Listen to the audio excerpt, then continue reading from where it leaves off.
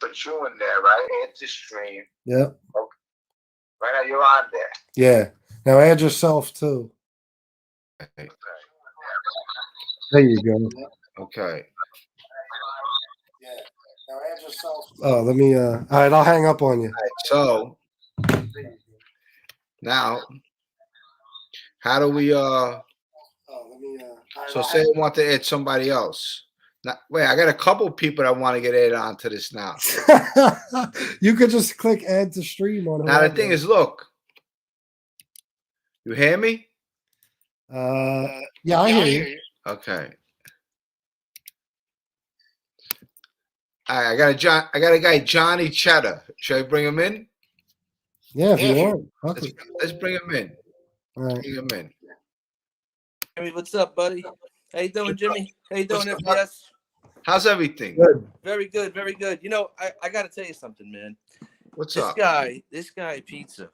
I don't want to mess up the show or anything, but he's sending out these live broadcasts. He's driving sideways or something, and he's saying, "Oh, I don't want to do this anymore." And he doesn't shut up. He keeps talking shit. Jimmy, did you send him money? I sent him money one time. Actually, look, what happened was my sister called me. She said, "Jimmy, look at this guy, Pizza," and she felt bad for him. Okay. I had this conversation with Sammy yesterday about this guy, Tony Pizza. Okay. I was on the phone with Sammy for an hour. You know, Sammy, he gets into detail of other things. We don't talk about nothing else. But I mentioned Tony Pizza.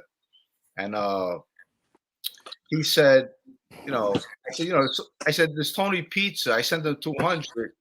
Man, and all of a sudden he started talking bad about me. I said, like, you don't appreciate nothing. But then Sammy said, no, I spoke to him. So what's he doing? He's talking again? He's bad, man. He's bad. You know what? I sent him a message. I said, I used to like the guy. I actually sent him like $10. But I said, man, I used to like you, but he's like the biggest troll now. All he does is Hey, you know what I'm gonna do to Sammy Pete? You know what I'm gonna do with Tony Pizza when I see him? I'm gonna hit him with a fucking pizza pie in his mouth. That's what I'm gonna do with him. When I see Tony Pizza, I text him. I said, "Just go away." This way he can hear it. Miserable person. Just go away. Go away. He's a miserable person with a big mouth. Really, 55 years old. He just wants to bother people. He should have bought a motorhome with his mother's money. He should have bought a motorhome, moved to Florida with the rest of the trailer trash. He would have fit right in. I got to talk to my. You know what? I don't want to mess up your show and talk about this kid, man, because he's something else. He is something else. He talks about everybody's talking about him, but as soon as he gets on, he's trashing everybody. Yeah. So what is he doing? He's talking about me again? Oh yeah, killed you. He said he's gonna whack you on the spot. Oh, nice. I'm looking forward to that. Yeah, Jimmy, I'm gonna hop off. I told him to go away. I'm going live right now, so I'm gonna hop off. All right, go ahead. All right, I'll talk to you then. All right, thank you. Hey, this is great, Jimmy. I like this. Now I can talk to you. Yeah, it's pretty cool. Now, Jimmy, before I go, that link will disappear because the comments go away. So every now and then you'll have to redrop that link. You know what I mean? Yes. So people can click on it. Chris, thank you. I appreciate it. No problem. I'll talk to you in a little. All right. All right. You just X me out. Okay. Let me just X you out. There you go. Yeah, this is great. This is great. Let's bring somebody else in, Jim. Come on. What's up? Where are you from? I'm from Yonkers. Okay. Westchester County. All right, let's see. We got some other guy, Mike here. Let's see who this is. What's up, Jim? What's up? How's everything? Johnny? Hey, Good. Mike. Good. Just got home from work. Just wanted to come and check you out. Want to see how you guys are doing. Okay. Well, look, it's nice to say hello. And what do you do for a living? I'm an electrician, Local 3. Nice. 27 years. A couple more years, I'll retire. I hope. Nice. You get a nice pension. Yeah. Where are you from? Mike, where you from? Story, Queens. Okay. Local 3. Good pension. Nice. Good job. Yeah, I've been blessed. I'm happy. That's good. Anything else you want to talk about? Yeah, I wanted to ask you something, Jim. I hope you don't think it's personal again. I just wanted to ask you, what happened to Paulie Galino's mother and father? They both passed away. How long after Paulie passed? I don't know. I don't know the exact time frame, but maybe a couple years after he passed. My prayers go out to them, to the family. Yeah, you know what? Look, nothing good comes out of this street stuff, you know? Unfortunately, you got to learn the hard way. And I mean, it's the same thing with my friend John Polio. Once John Polio was murdered, his mother ended up passing away right after him, you know, from, a dying heart. So, I mean, this is what happens. And look, we did some bad things out there. And, something like this was destined for Paulie. Unfortunately, it was his friend. But, that's how that life is. Yeah. Unfortunately, you're doing a great thing. You're doing a great thing helping people, Jim. I got to tell you, God's watching over you. Keep it up. Well, God, thank you. I appreciate that. you and your family. Thank you. And the same to you. Thank you very much. I appreciate it. No, the same to you. Thank you. And like I said, I don't know. I'm going to be doing this now every so often, letting you guys interact with me. I think this is pretty cool. This way we all get to know each other. And, we could talk, face to face, Yeah. This is great. It really is. Yeah, it's pretty cool. Yeah. We're about the same age. I think I'm a little bit older than you. When you're born? So I was born in 64. Yeah, you got 5 years on me. I'll be 52 next month. Salud. Yeah. Beautiful age, man. We're lucky we made it this far.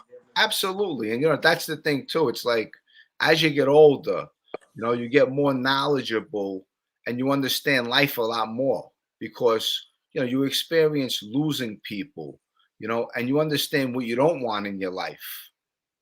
Yeah, absolutely. A lot of friends of mine out there all gone, same way. Drugs, crime, killed by the police. Just bad. Lucky. I'm really lucky myself. And so I relate to you in a lot of ways. Like I said, man, many blessings for what you're doing. You're doing a great thing. You're helping a lot of people. A lot of people. Yeah, thank you. I appreciate that. And, just listen, hang in there, stay strong. Listen, life ain't easy, right? Life ain't fair. Nothing's easy. Nobody said it was going to be fair. We make the best day by day. Yep. That's all we could do, gentlemen. Yeah. Thank you very much for taking my my video here. Absolutely. And we'll talk again soon. Definitely. Looking forward to it. God bless. Take care of yourself. You too. Thank you. Local 3, baby. All right, Mike. Baby. Bye-bye. Who else we got? Anybody from Brooklyn, Jimmy? Let's see who else we got over here. This is great. Let me see. Hold up. Got to be careful now. You never know what you're going to get. Yeah, we ain't worry about that. Let's see. I got to throw another link in there. But I want to get these, let's see. Kick from studio. Oh, yeah, when I first saw you on YouTube, you had like 89 people. That's when I subscribed, and I was like, oh wow, I can't believe Jimmy's doing this. And I knew it. I said, Jimmy's gonna blow this up because I saw you on that show, American Natural Geographic. I forgot the name of the show. I saw you on there with Dades, and I said, oh wow, he's gonna turn this up. And then when Sammy brought you on, I knew what Sammy was doing. He's smart for doing that because he bigged himself up a little bit by bringing you in there. But that was a great show too. All right, let me see. Let me throw another link in there and see if we can get somebody else. Okay. Go ahead. Just hang in there with me. I got who this guy is. Carlos. And so, what do you do for a living? Well, Jim, right now I'm on workers' comp. I was the hotel engineer at the Marriott up in White Plains I got injured in 2017. I broke my neck and 5 teeth. So I'm in the middle of a case. I just settled the comp case, but I'm now still going through the personal injury. And hopefully we'll be settling soon because I got depositions coming up on Wednesday. So hopefully this is coming to an end. Well, good luck. I hope you get it. Yeah, me too. It's a long ride. Yep. What are you doing, Johnny? Get out of here. Let me just give me some time because I'm just learning all this. Yeah. This is great. All right, let me just see. Okay. T 495. All right, let's try this, ready? Okay, let's try this. So we'll go H. Yes.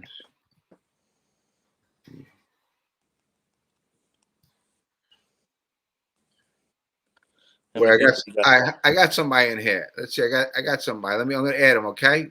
Bring him on. His name's Shinebox. Let's see what he's got to say. Okay. Shinebox, what's up? Hey, Jimmy. How's everything? I'm doing well, Jimmy. It's an honor to meet you.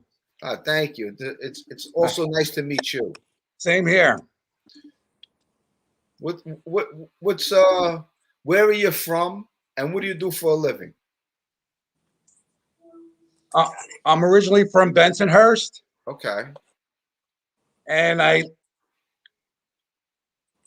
seem to have an echo, Jimmy. Let me see. Hold up. Sound good over here. How about now? Are you on your phone? Are you on your phone? It's on his side, Jim. Yeah, it's How about now? How about now? Better? Sound good here. Yeah, now it's better. Okay. I'm originally from Bensonhurst, Day Hill Road. Okay.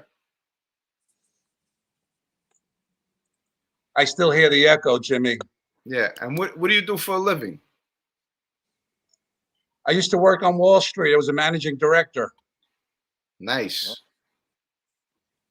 And I wanted to reach out to you because Brooklyn Vinny and I went into Brooklyn on Saturday and we had dinner at Tommaso's. Tommaso's on 86th Street. Across the street, Frankie the Chico got blown up. Do you recall that day, Jimmy? Of course, absolutely. Yep. And you have the Puritan right across the street. That's right. That's right. That happened on April 13th, 1986, by the way. 1986. Wow. Time flies. Yep. Yeah, I was 13 years old. 1986. I was 17 years old. I was 25 years old, 24. Yeah, that was terrible. That was Frankie the Chico and Frankie Hart. Frankie Hart actually survived that, and Frankie Hart is actually my children's mother's godfather. He actually baptized her. Wow. That bomb was for Gotti, right? Excuse me? That bomb was for Gotti. It's just that Chico got it. Well, you know what? I think they thought Gotti was in the car also, but I'm sure it was for Frankie too. Me personally, I think Frankie the Chico was bigger than John Gotti. Frankie the Chico is one of those guys where his father was a wise guy and his grandfather was a wise guy, and he had that smartness to him and cleverness where he would say, you know what, let's make John the boss. If anything, later on, you know what, we could always get rid of him. And he was one of those guys like the Chin. You know what, let's put John on Front Street, let the heat go to him, and we'll stay in the background. You know what I mean? Because that's what those old timers do. I mean, what you do is you put someone up, let them be the boss. Meanwhile, you're the boss, and let the feds follow him. You know? So, but that's how smart Frankie the Chico was. Yeah. And Jimmy, we also went to other venues like Pastel's, 2001 Odyssey, just to check out the area.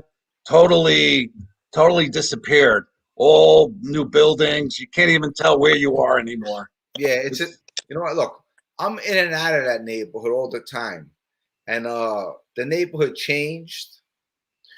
There is still a good restaurant there that was down the block from Pastel's. It was called Ponte Vecchios. That's right. It's still there. That's right. Yeah. But Yeah. look, back in the day, I mean, Pastel's, when you went out, it was having a great time, right? You got online, you got in the club, everyone was dancing, who was drinking, right? All the beautiful women. I mean, you went out with your friends, you had a nice time. And listen, you're never gonna live through those memories again. Hopefully you can make new ones, but those are memories that'll last a lifetime. Jimmy, were you familiar with Butchie, Ali Boy's son, Ali Shade's son? I was Butchie? not. No, I Okay. wasn't. I was not. Okay, because I'm going to meet him on Saturday, and I was going to tell him that I was talking to you. Yeah, But, I knew Ali Shades. Ali Shades. What happened was, I knew Ali Shades a couple of times. I met Ali Shades, but Ali Shades was always a gentleman. But when Joe Benanti had the fist fight with Philly Dogs in the Brown Derby, Bay Ridge. two wise guys having a fist fight. I had to go see Anthony Sparrow the next day with Paulie G. And had to explain to Anthony Sparrow who threw the first punch. And in all honesty, I really didn't know who threw the first punch. But I did say Philly Dogs threw it, because Joe Benanti was my guy. And but Anthony Sparrow, he was cooking chicken cutlets with Junior Chili. And he didn't even offer me a chicken cutlet. But Hey, Jimmy, I want to pick your brains. When I was young, I remember picking up the daily newspaper, and there was a club called Night Gallery, and the newspaper was talking. They called it Shooting Gallery because there used to be shootouts there all the time. Do you recall anything about Night Gallery? the Night Gallery, that must have been in the early '80s. Okay, it was. Right. That was the early '80s. I can't tell you much about. I was a teenager back then, but I did hear of it. Okay. But look, back then too. I mean, the clubs were uncontrollable. I mean, you walked in a club, in all honesty, if you were a civilian, hopefully you got out of that club at that time. But if you were a neighborhood kid, most likely you were looking for trouble or going to get into trouble. That's right. Yeah, I always kept my nose clean, so never looked for trouble. Yeah, well, you know what? That's Yeah. Well, you were one of the good guys. You could say that, yeah. But to survive all those years, and how old are you now? 59. 59. God bless you. I mean, Thank you. Look, you're like a dinosaur. I mean, you got 7 years on me, but the more you live, the more you learn. Absolutely. And you know what? You appreciate the little things in life. Oh, definitely. But it just goes to show how old we're getting when we go back to the old neighborhood. You can't even recognize it anymore. The demographics have changed, the buildings have changed, and it's a little sad. There's a little sadness in me when I go back to Brooklyn.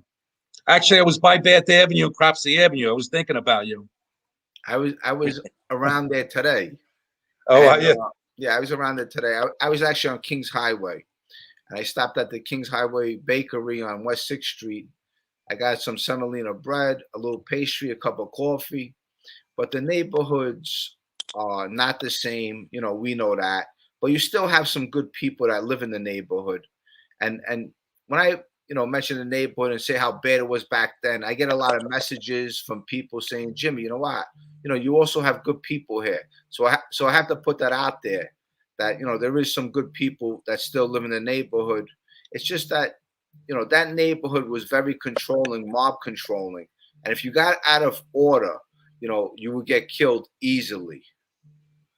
That's right. You mentioned Kings Highway. Do you recall a bar called Homestretch Bar? Of course, it's still there. It's still there. Yeah, we used to play softball and football. They represented us. They bought us jersey. Absolutely. Yeah. Of course, it's still there. That bar's been there, 50 years? At least. Yeah. Pat and Albie's father actually got killed in front of that bar. I heard something like that. Yeah. But look, that was a tough neighborhood too. Yeah. Growing up. But yeah, look, hey, it's nice meeting you. Like I said, I'm gonna be doing this every so often. So when you see me, just come on and grab the link and we could talk again. Sounds good. Maybe I can buy you dinner when you're in Brooklyn one day. You let me know. Absolutely. Sure. All right, Jimmy. It was a pleasure meeting you. Thank you for the kind words, and it was also a pleasure to meet you. Take care, Johnny. Thank you. Take care. Hey, Jimmy, Pat and Albie, the brothers, they were both murdered? Pat and Albie were both murdered. First, Pat was murdered, and then Albie was murdered. Albie was murdered on 20th Avenue and 86th Street. That was the Colombo people who murdered him. These guys were wild kids. They really didn't listen. And, but they, in a way, they were good kids, because they were kids, Yeah. How old were they? Do you remember? I don't remember how old they were. They might have been 19, something like that, Jesus. 20 years old. That's horrible. Yeah, but that's how the neighborhood is. Yeah, prison, death, and bad health. Yep, that's how it is. But I want to throw another link up there. Let me see. Let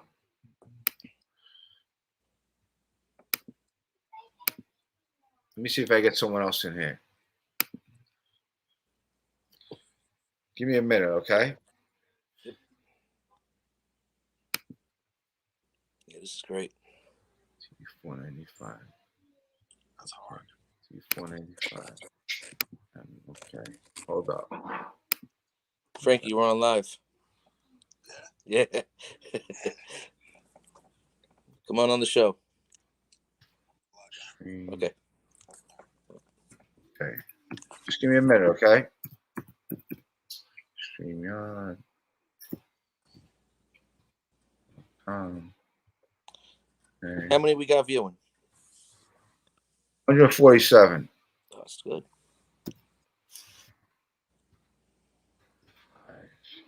Hold up. 495 MN. Anybody from Westchester out there? Come on in. W. Okay, I'm going to throw this up there, this link. Okay, guys, I'm going to throw a link up there. If you want to join us, you could join in. Okay. There you go. I just put it up. So, how about you? You got kids? Yeah, I got a little boy. He's 9 years old. Nice. I turned my life around back in '94. I was going in the wrong direction, hanging around with the wrong people, and I got involved with some local.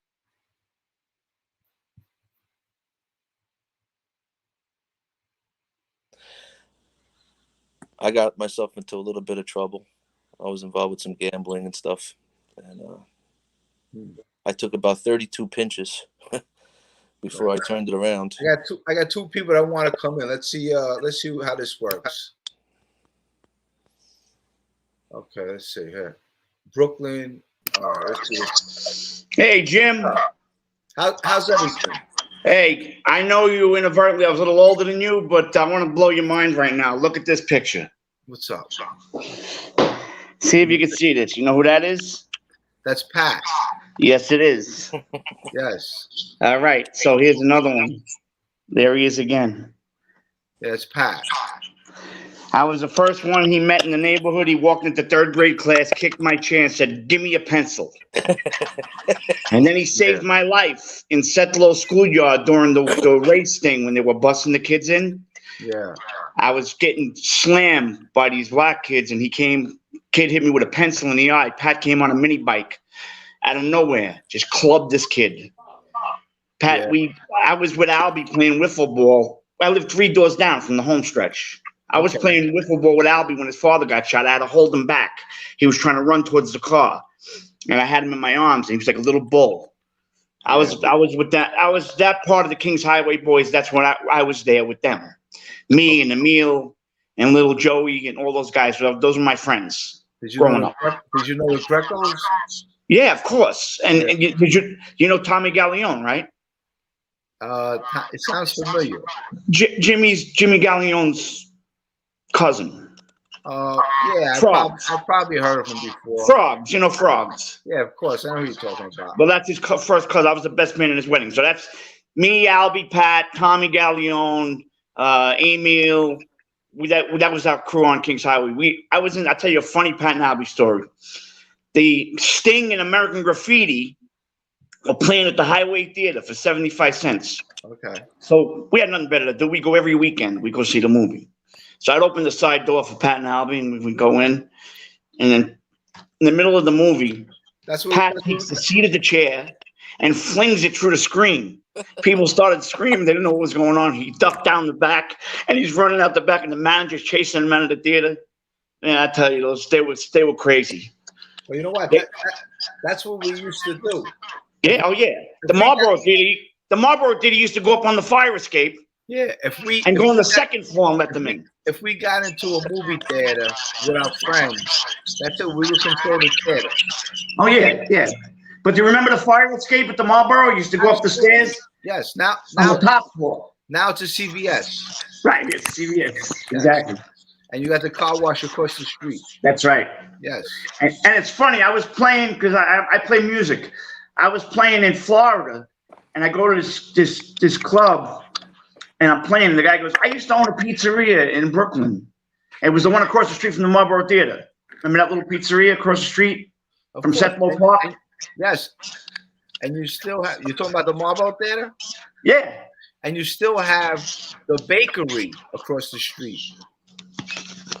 Yeah, the one in the corner, right? Ramini's. Ramini, yeah, they've been there for forever. Yeah. They've been there forever. They've been there forever. You said you just went to West End Bakery, huh? I just went there this morning to get a couple. My friend Rocky. Yeah, he's a nice guy. That's the best. I love Rocky. Best bread in Brooklyn. I think their bread is the best. Listen, they do. They have good bread, and they have good service over there. They're very polite. They're very clean. And before Rocky owned that in the 70s, late 70s, I worked there. It was a bagel store, and I worked there for like 2 days, and I quit. Yeah. Are you still in that area? No, I'm out west. Wow. Yeah, I was back in Brooklyn for 6 years. I left in last November after the pandemic hit, and I came back out west. Wow. Yeah, I got out of it. Couldn't take it anymore. Yeah. I'll tell you what. New York City is not what it used to be. And it's getting worse. Yeah, well, the thing is, our neighborhood, is it's Asian, mostly Asian. There's a couple of pop. I got this Tony Pizza that wants to come on. All right. All right, you let him come on. I gotta bail out. All right. Well, listen, Brooklyn. Thank you for coming on, and I'm gonna probably be doing this often. Okay. All right, you got it, Jimmy. Thank you. Hey, have a great day, bro. Bye. Bye. Let me get this. Let me see if this Tony Pizza wants to come on. The Tony Pizza? Huh? The Tony Pizza? Yeah. Let's see if he's around. If he wants to come on. I want to talk to him. Let's see what he's got to say. You got my back, right? I don't have to worry about Tony Pizza. This should be interesting. He might be a little upset with me. I think he'll be okay. Yeah. He'll be all right. Saying, just give me a minute because I have to. I'm just learning all this stuff. Boy, I can't believe that guy knew Pat and Albie. That was wild. Yeah, Pat and Albie, they were something else, They definitely left their mark.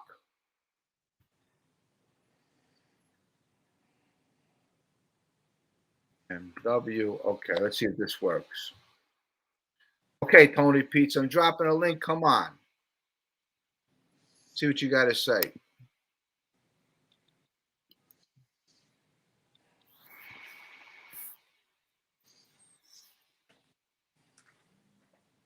Here he is. Oh, I got somebody else. I got here's Tony. Let me see if this is Tony. I don't know if this is Tony. Let's see. Says he's got his mic muted.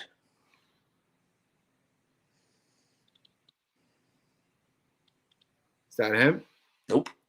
That's not him.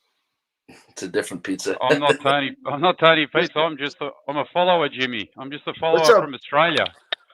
Big Australia. Down under. Yeah, man. All right. Nice. Hey, it's nice to meet you. Yeah, same. I've been following you since you first started, Jimmy. Beautiful. Jimmy Beautiful. International, man. Cool. So yeah, sorry to crash it. I was just following the prompts and joined in. But yeah, Nice. happy Well, to sit in the back. Hey, you know what? This is what's good about this. I'm in New York. You're in Australia, and we can actually look at each other and talk. It's pretty unreal, huh? It's pretty cool, right? Yep. Wouldn't have thought this would be Jimmy, you're happening like international, back in Jimmy. the 80s. I tell you, you know what? When I think about Australia, I think of animals. I mean, Yeah, all we got some beautiful good animals. There's some nice Yeah. stuff here for sure. You should come one time when you can. I would love to. Absolutely. Brilliant. Yeah, maybe. How How you was that doing flight, anyway? Jim? Good. So what do you do for a living? I work for the government. Okay. Yeah. Been in road transport for about 15 years. How's the government out there? I think our something's going on. I can hear our conversation from earlier. It's playing on.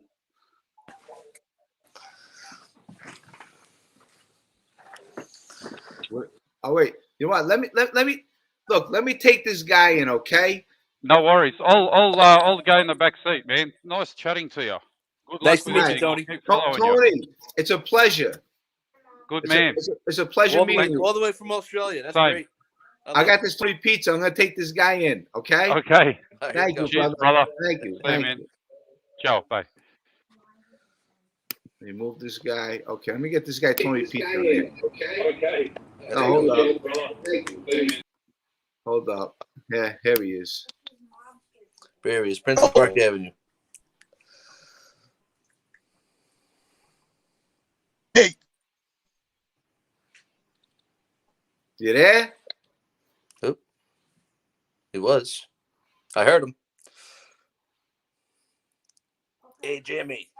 Let's see if he comes back. I didn't hear him. He said Jimmy, but it was a black screen and he disappeared. All right, let's see who this guy is. Let's see if he comes back. I didn't hear him. That's Billy. He said Jimmy, but it was a black screen and he disappeared. Here he is. we're on this thing now. What's up, Jamie? What's up? How's everything? Good. How are you? Good. What's up? I'm getting yelled at by a friend of ours because you don't like me breaking your balls. Look, the thing is, what is it, Buck? What did I do to you? You sent me $200, you fuck. Okay. What do you So do? the thing is, wait, that's a nice thing. You should say, you know what, Mick, this guy sent me 200. I appreciate it. And I said that when you sent it. And then you never got in touch with me, so I got insulted. Well, So I broke your balls, thinking maybe you're going to reach out and call me. And then you don't fucking call me. And then I talked to our friend, and she said, I'll reach out, because she yells at me every time I mention your fucking name.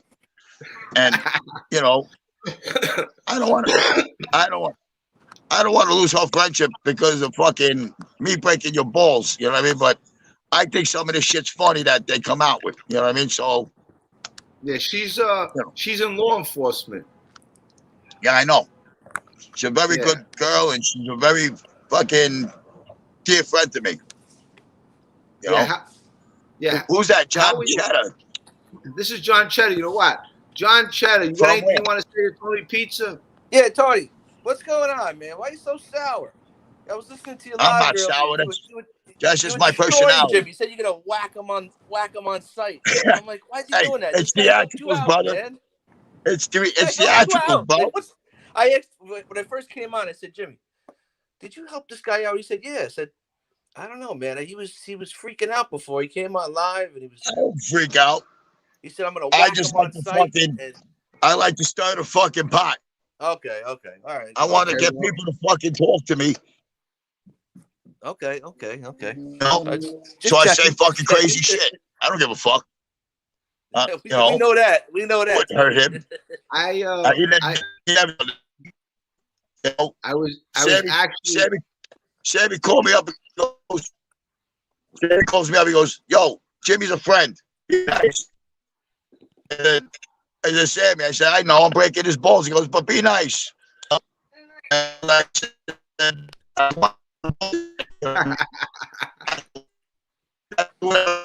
talk to me like I got FBS to finally put me on a show. Yeah, I actually spoke to Sammy yesterday. I was on the phone. I spoke to him today. Yeah, I was on the phone with him for an hour. And so, you know, the way Sammy, you know, look, Sammy's a great guy. We know that, you know. And but I told him, I said, this Tony Pizza, I sent him $200. I said, all of a sudden he's talking bad about me. He said he's talking bad about you. He said, Jimmy, he said, I spoke to him. I told him, I said, you're a friend of mine. I said, don't talk bad about Jimmy. He told you. He did. I told people.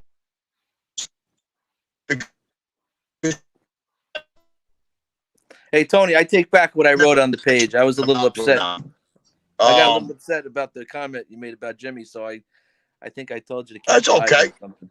Okay. Oh, no. Listen, you know what I mean? Because I know I was in the nick of time when I was in a bad fucking way. So that really helped me out. And, you know, thank you. You know,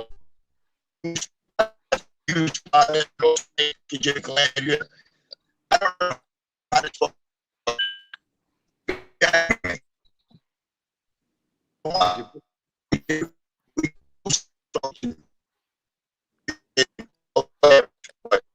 I don't know if it's me, but I'm getting a ping sound. Yeah, he's breaking up a little. The fucking the mountains. Okay. Yeah. Okay. Right. Yeah. He's in the mountains. Hey, you know what? At least he's not as sour as I thought he would be. Yeah. It's my connection. Oh, there you go. You sound better. Okay. Tony, where you at? Tony, where are you today? Where are you today? Ohio, Youngstown, Ohio. Oh, okay, nice.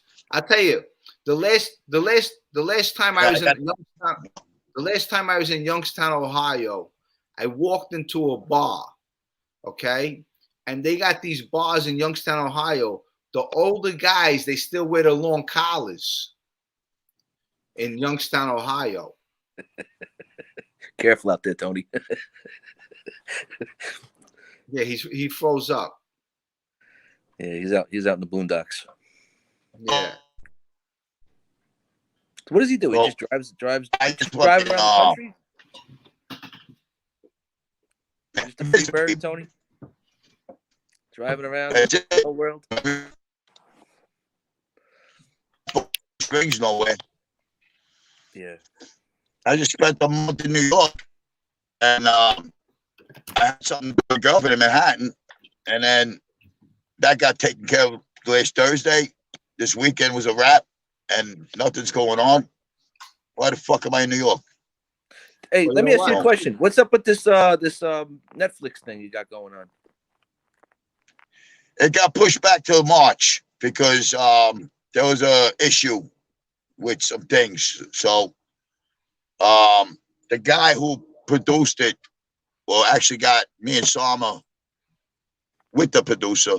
He lives in London, and he can't come here until March from London because of this COVID bullshit. So it got pushed from January to March. But the whole Netflix thing is going to clear Sama's name from all that bad press they put out there 6 years ago that people are talking about now, since I brought her to the light on my channel, and everybody wants to go find out who she really is, and they don't know who she really is, and they're bad-mouthing her now, and it's pissing me off. So anyway, she's not worried about it. You know, we were laughing at it while we were eating lunch, but some people are just fucking idiots. What's the story? What's the story about though? Is it? I get little bits and pieces that you're saying, but what's the? It's about her. The story's about how she got swindled out of $2.5 million by a guy named Anthony Strangers, who came into her life via Twitter while she was tweeting with Alec Baldwin and his new wife, who he met in her restaurant. So while she was tweeting back and forth with Alec Baldwin and his new wife, that they're all friends, this guy came in as Shane Fox, and he weaseled his way into her heart with tweets and this and that. They got together. He was a skinnier dude. I guess there was something attractive about him that she liked, and she invited him to stay.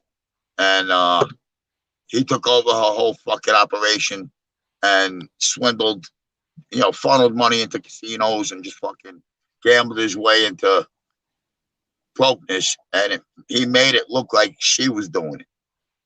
And, it's a long story, but the Netflix thing is gonna, huh? Yeah, I can't wait to see it now. Yeah. I mean, like, I'm involved because she was with me before Shane. And, we became best friends. We remained best friends. And we lived on the same block, 21st and Park Avenue. So I knew her routine every day. And when I saw the break in the routine, I started wondering. But I went away to Maine to go lobster fishing. So I was gone for a year. And I came back in 2013, and this guy was there. And, like, he was already had his hooks into her. You know what I mean? So I just noticed like a bad pattern going on. And I tried to intervene. And he was using her phones to text me to make me think it was her yelling at me. So I backed off. Now,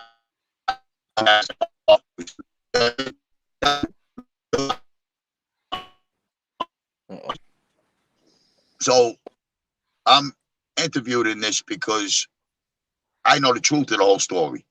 And, all these people at the time, back then, 6 years ago, were all bad-mouthing her for not paying the employees and, taking these vacations and doing all this shit that she didn't do.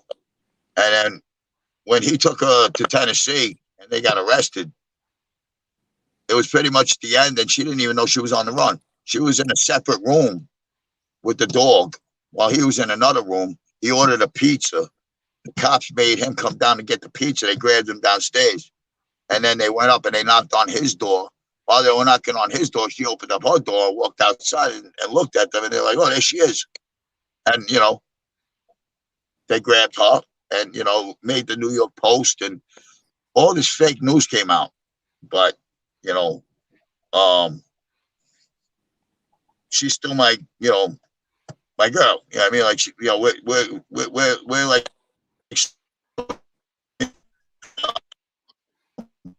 Tony, I'm sure you got a couple girls. I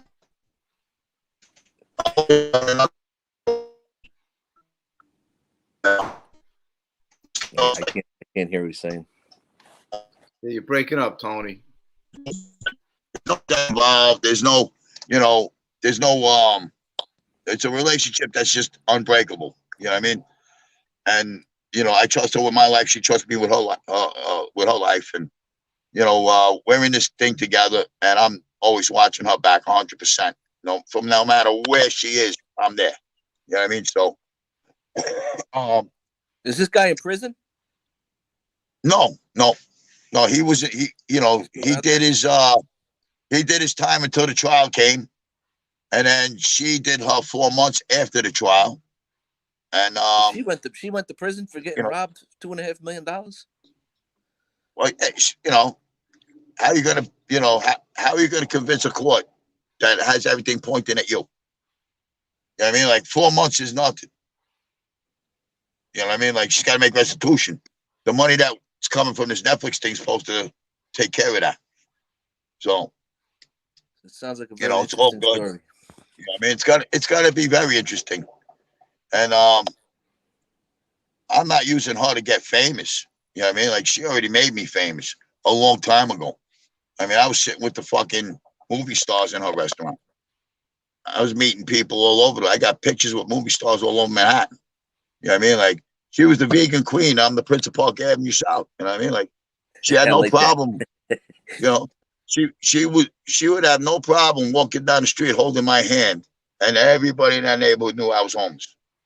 That girl had more backbone and moxie than any fucking woman I've ever met. That didn't care what I had. She cared about me. You know what I mean? And that's Sama, a heart of gold. You know what I mean? Like she would fucking help her employees as much as she could, give them places to stay. You know, because most of those vegan kids are fucking hippie fucking, you know, opioid fucking people that, you know what I mean? Like they don't know how to fucking do the right thing. But anyway, you know, it's a sad story, and she's still in recovery of all the Stockholm syndrome that she went through with this guy, you know. So I'm honored that she's still, you know, trusting me. As far as you go, Jimmy, I was breaking your balls. You got to know that. I would fucking kill you. Why the fuck would I kill you? Huh? I understand. But look, the next why the fuck would I kill you? I mean, you never did nothing to me. Hey, look, the next time you're in New York, you gotta look me Who up. Who the fuck is? Listen, you gotta. I told a friend over there. You know what I'm talking about. She'll give you my number if you ask her for it. Yeah, I have your number. I have your The number. 941. The 941. No, I think it's a 631. Yeah, you got it. 631. Yeah, don't right? say it out loud. Yeah, I know. Yeah, 631. But hey, yeah, I'll give you a call. But look, the next time you're in New York, we'll go get some pizza. Yeah, well, I don't want to eat pizza. I'll go eat clams. Okay, you know what I mean? But and ducks. Whatever you want. Let me know when you're in town. Yeah, Okay. I had duck yesterday. It was fucking delicious. What'd you have? Huh? Would you have duck? Yeah. I love duck. There's a place in Babylon called the Long Island Peking Duck. This kid Jason is an amazing chef. That fucking place is off the chain. What know, if you like duck, man. Huh? What they do? Roll it up in a pancake? No. They fucking They give you they cut it up and they take the meat off the bone and they lay the skin on top. Real professional fucking spot. You know what I mean? And nice. It's really nice. It's only like 2 years old, and the guy's fucking phenomenal. He's got places in the city too, but you know, I like to eat good. You know, and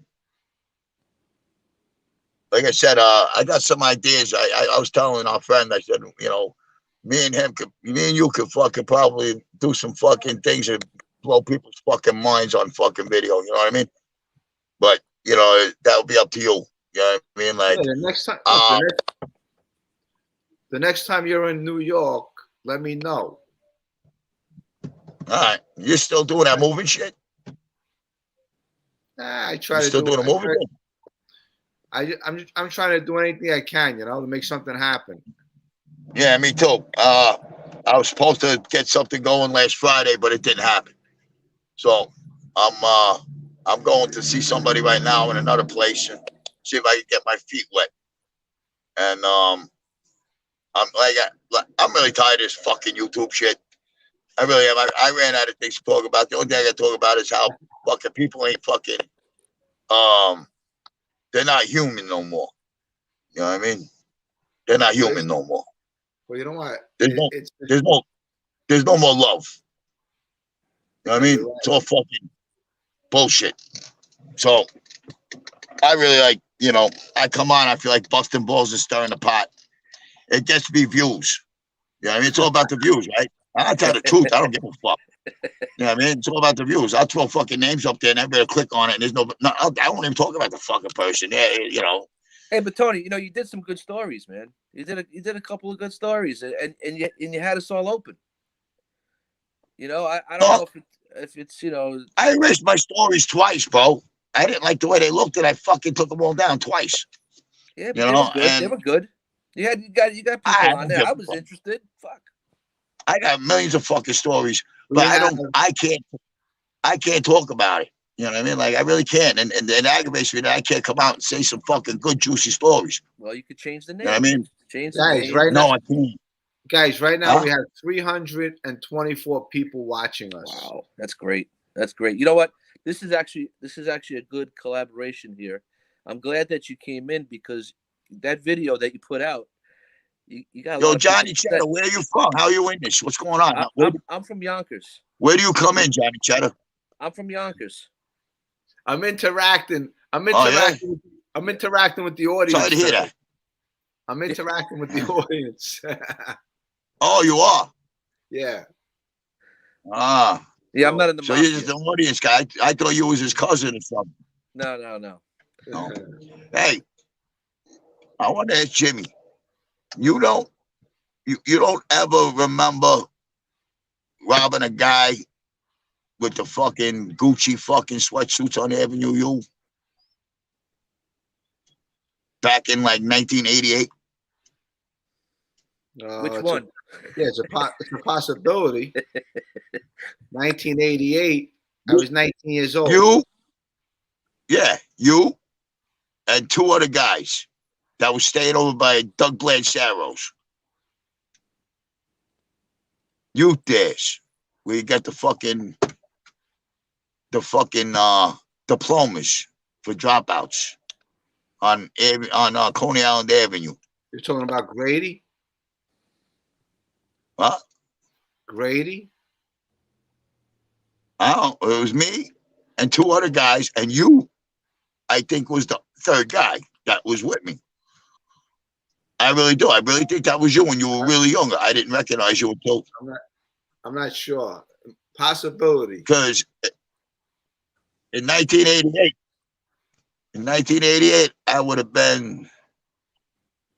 How fucking old was I in 1988? Well, you have 3 20, years. You have 21. 3 years. Well, yeah, you have 3 years on me.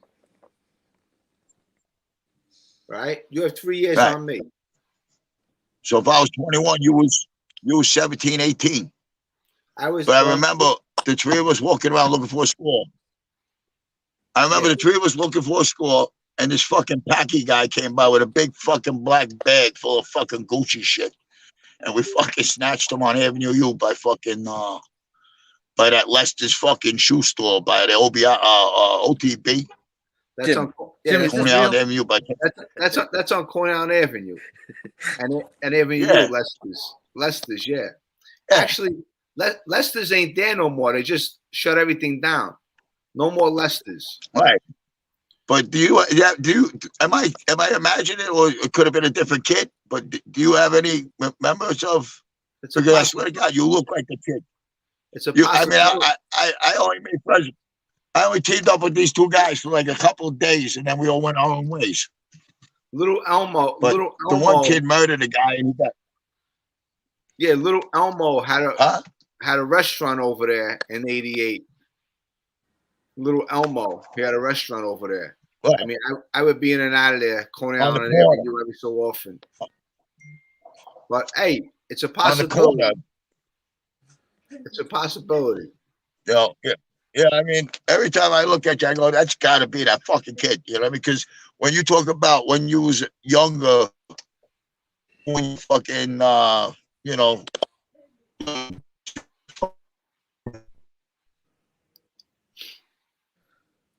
Well, listen, hey, let me interact with some more of these guys over here. I hope this ain't a setup. All right, so you know that I was only fucking around. That wasn't Jimmy, Tony. Jimmy was with me that day. I'm saying, Jimmy, you know I was only fucking around. I wouldn't fucking hurt you. And you know, I like breaking balls, but you got my word, like I gave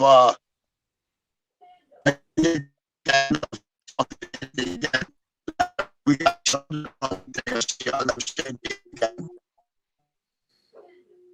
Yeah, I'm losing him here. Yeah.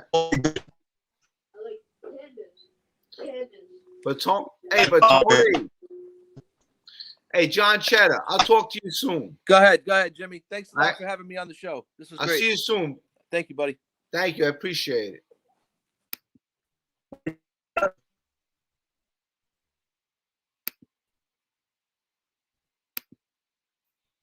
Yes. Yes. Yeah. Okay, guys, I'm gonna bring someone else in. There you go. There's a Band-Aid. Okay.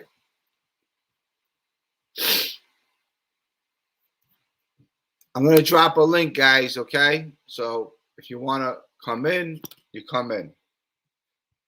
Give me a minute. Hold up.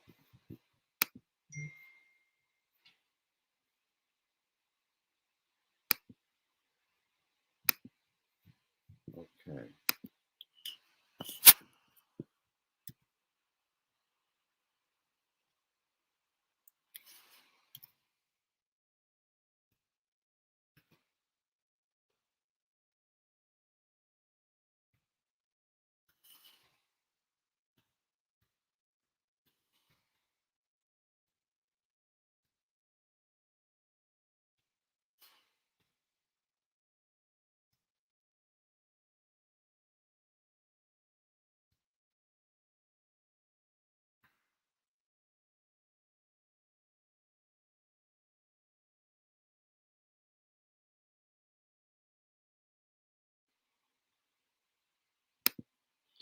Okay, guys, I dropped a link. So if you want to come in, come in. No, I can't just copy and paste. I have an Apple computer. I don't know how to do that.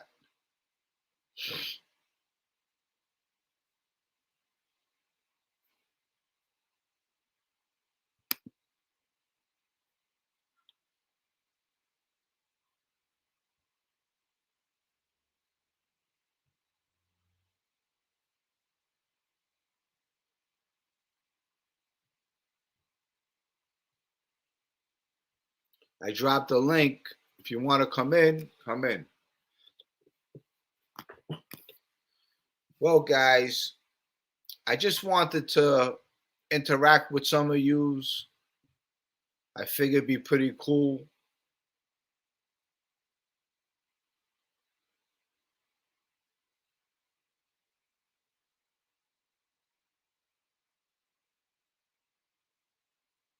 CV. Let me try it here.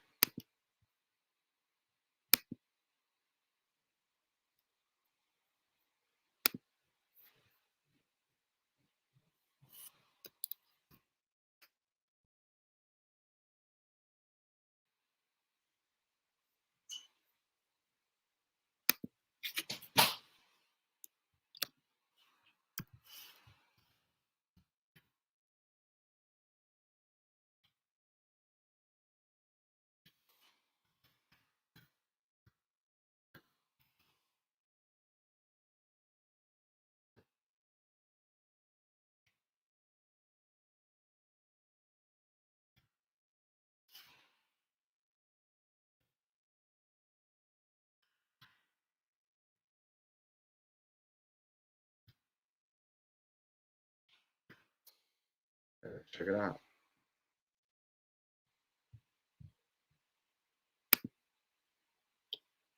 There's a link. I dropped it. If you want to come in, come in.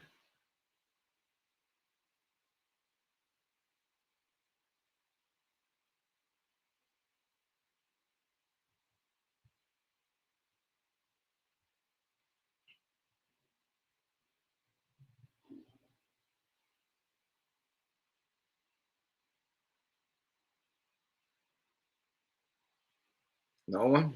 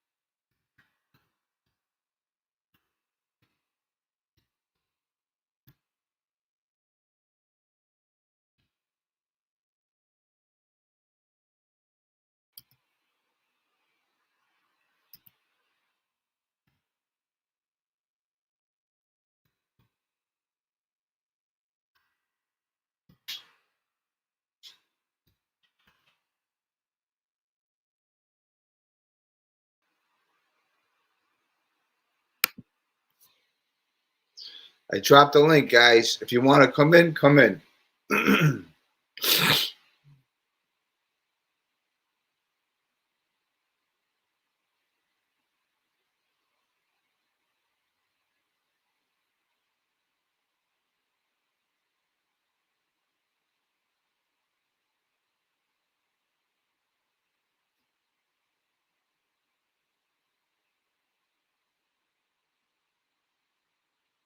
Okay.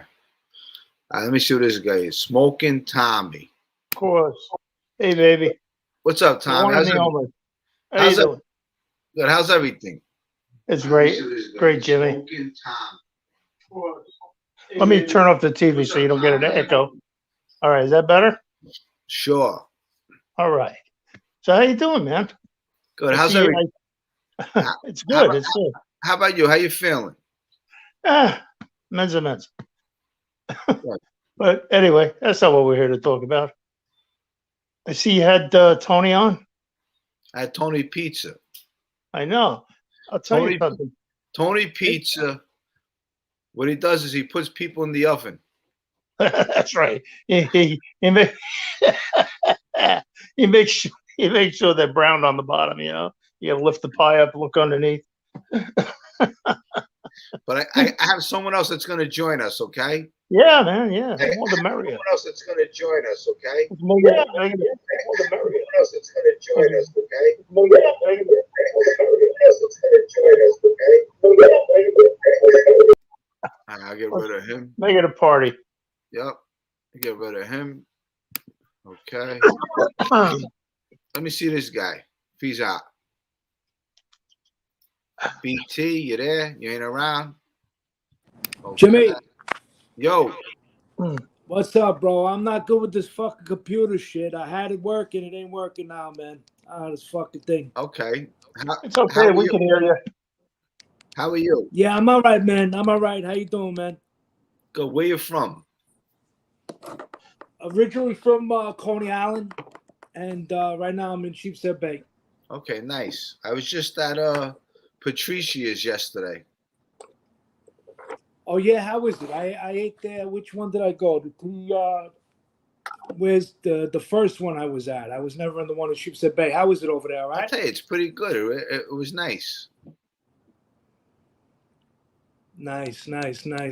What do you? Yeah, I used to hang out in the neighborhood in the 90s a little bit too on Bath and the bagel store, Bay 31st. Okay, what? Lico? Oh, yeah, what? Lico? Yeah. Lico and the whole crew over there. Yeah, Lico and Linda, right? He used to date Linda. Yeah. I think she passed away. She just passed away. Yeah, she passed away. Those times were some good times. But yeah, Lico's a nice guy. Yeah, Lico, the whole crew, Frankie, fucking Billy Kelly, fucking all of those guys. Yeah, that was a nice little hangout over there. Yeah, we had a nice little crew there. You know what I mean? Yeah. Whatever you needed done, you know, whatever you needed, you know. Yeah. Joey Zane would hang out every so often. Yeah, Joey, fucking. I remember bringing him to the fucking limelight and hanging out. He used to attract a lot of broads for us, you know, from the movies and shit, you know. I'll tell you, Bay Parkway in Bath Avenue was a big hangout back then. Yeah. I was there from like my brother-in-law came home from like 93 to like 95. Then went to college, went away to college for a couple of years. All right, well, I'm gonna add another guy to this, okay? All right, go do what you got to do, buddy. All right.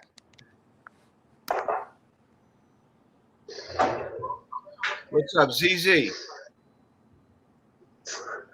Jimmy. ZZ. What's up? How's everything? Jim. What's going on, buddy? This is my first time calling in. Can you hear me? Yes. Great. This is the first time I've ever done this on the computer, YouTube, anything. I just wanted to give you a big shout out for Buffalo, from Buffalo, New York. You're doing a great job. Keep up the good work. And I don't care what anybody and any of these bums tell you. You get a second chance. We forgive you over here, buddy, for all that shit. So keep up the good work, Jimmy. Hey, thank you. I appreciate that. From Brooklyn to Buffalo, thank you for the kind words. And, I'll be doing this every so often. So, whenever you're in the chat room, just chum in. And, we can say hello every so often. Sounds good, buddy. But you have a great night. Keep up the good work. You too. You take care of yourself. And thank you for coming in. You got it, buddy. Bye. All right, bye-bye.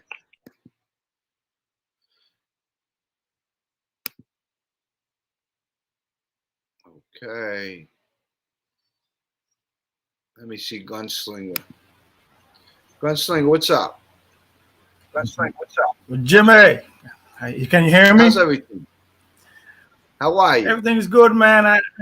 I'm all right. I'm from the Virgin Islands and the Caribbean, so hey, I'll be watching the show, and I did some time in Coleman. I tried to get a hold of you. I'm trying to get some content to you. I used to be locked up with Whitey Bulger. Yeah, Coleman, Florida. Coleman. It's a complex north of Orlando. That's a serious prison.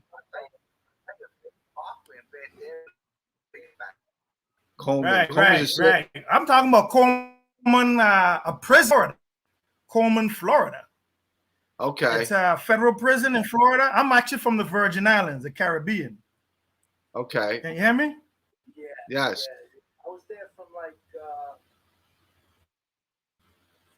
my brother-in-law came home from like 93 to like 95.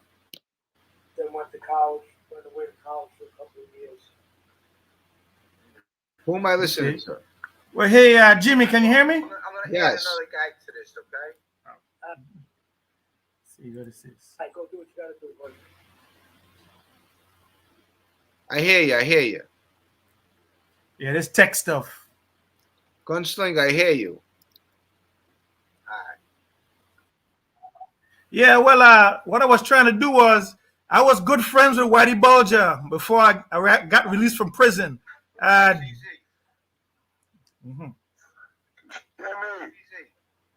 What's up? How's everything? Jim. What's going on, buddy? I feel like I got another chat in here that I hear in the background.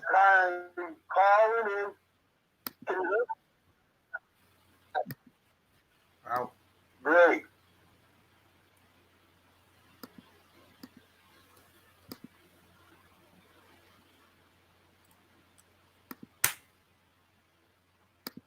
This is the first time I've ever done this on the computer, YouTube, anything. I just wanted to give you a big shout out for Buffalo, from Buffalo, New York. You hear me, Gunslinger? Gunslinger, you hear me? Doing a great job. Keep up the good work. Gunslinger, you hear me? Yeah, I can hear you. I can hear you. What I was trying to say was, I was good friends with Whitey Bulger before he died. I was probably the last good friend he had, believe it or not. I left prison, What was it? February 22nd, 2016. This was at Coleman, Florida. It's USP. It's about 30-minute drive north of Orlando, right? Yeah, and I used to sit there with him for a whole year, every day.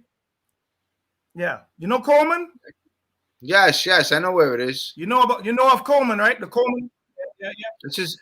Well, it's a serious. I sat there for him every day, and a lot of people want to say this and say that about Whitey, but they don't know the real story. You know what I'm saying? You get a second chance. Yeah, look, I never met Whitey Bulger. So I know Whitey Bulger was a serious character, and he was cooperating for a long time, and eventually he gets murdered. Thank you for the kind words, and I'll be doing this every so often, so I'm here in the chat room. No one is repeating, and just say hello every so often. What's up, Jimmy? What's up, Damien? Good, how are you, buddy? I just wanted to shoot this shit. I always text you about Peter Mead and Renato. Yeah. You remember Renato and Peter? But like I said, anytime you want to let people know there's true content on your channel, I'm here for you. Because he told me his whole life. He told me the whole story. Whitey had a crooked FBI agent, but the Patria family over in Boston, they had dirty cops. Hey, can you hear me? Yeah. How are you? Everything's good. But yeah, definitely, Gunslinger. One day, I don't know if you want to come on and talk about it. You're welcome to come on. I had some time in Coleman, trying to get a hold of you. I'm trying to get some content to you. I used to be locked up with Whitey Bulger. Yeah, Coleman, Florida. It's Jimmy, what I think is going on, we hear it going, I think, to your YouTube channel. It's delayed or something. So it's replaying what you and Gunslinger just said. Yeah, so how do I fix that problem? I would just lower the volume on your YouTube thing, maybe. Let me see. How about now? No, I still hear me. He's talking about the No, I hear him talk about the Virgin Islands. All right, well, listen, Gunslinger. In the future, if you ever want to come on, you want to talk. If you ever want to come on and talk about Whitey Bulger, I mean, you're welcome to. Okay. Okay. Well, hey, Jimmy, can you hear me? Yes.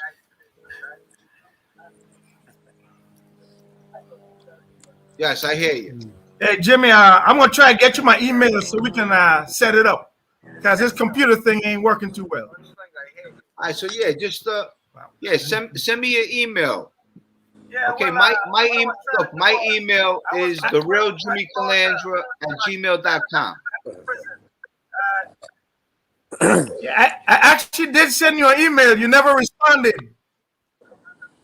Well, send it again. therealjimmycalandra@gmail.com. Okay. Yeah. I'll see you, buddy. All right, I'll do that. I'll see you soon. I'll do that. All right. Thank you. Okay. All right, Damien, go ahead. What's up, Jim? How are you? How's everything? Good. I'm from the neighborhood. Actually, I'm from Canarsie, but I hung out with your neighborhood. I sang out with Pete and Beat and Renato. I was a lot younger than them. Okay. And you saying the other day, people in the same neighborhood still doing the same shit. You remember the guy Frankie Meatball? Oh yeah, Meatball from like 11th Avenue. Yeah. Yeah, I remember Meatball. He's selling weed. Last time I see him, he's still driving around selling weed. Unbelievable. Yeah. Anyway, good job with your show. I just wanted to touch it. This is actually pretty cool. Thank you. I appreciate it. Yeah, no doubt. Best of luck with everything. All right, brother? Thank you so much. No doubt, my man. All right. Bye. What's up, Kenny? How you doing, Jimmy? How's everything? I'm good. So I'm still in the neighborhood, Jimmy. So I'm also very familiar with a lot of things that you said. I'm 61 years old. So I've kind of remember a lot of these stories. When I was young, I remember Sammy, only because I don't know. His wife lived right around the corner from me, so I used to know him from when he was going to see his wife. Okay. We were kids in the street. He would park his car where we would be playing ball, and he was a nice guy. Sammy was always a good guy. Very, very, quiet, straight up guy though. I worked out in Wimpy Boys Gym also. Okay. I went to New Utrecht, and I met Frankie Fox. You know Frankie Romano? Yes. Okay, I heard of him. So I knew Frankie Romano from high school. He said, "Come on, come over to the gym with us. Come over to Wimpy Boys." We went to Wimpy Boys. Wasn't really aware of what it was all about until we were working out there and met all the guys. I'm not of that. Was never involved with anything like that. I was just around it. I'm a college graduate. I work in a company. I'm a finance director. But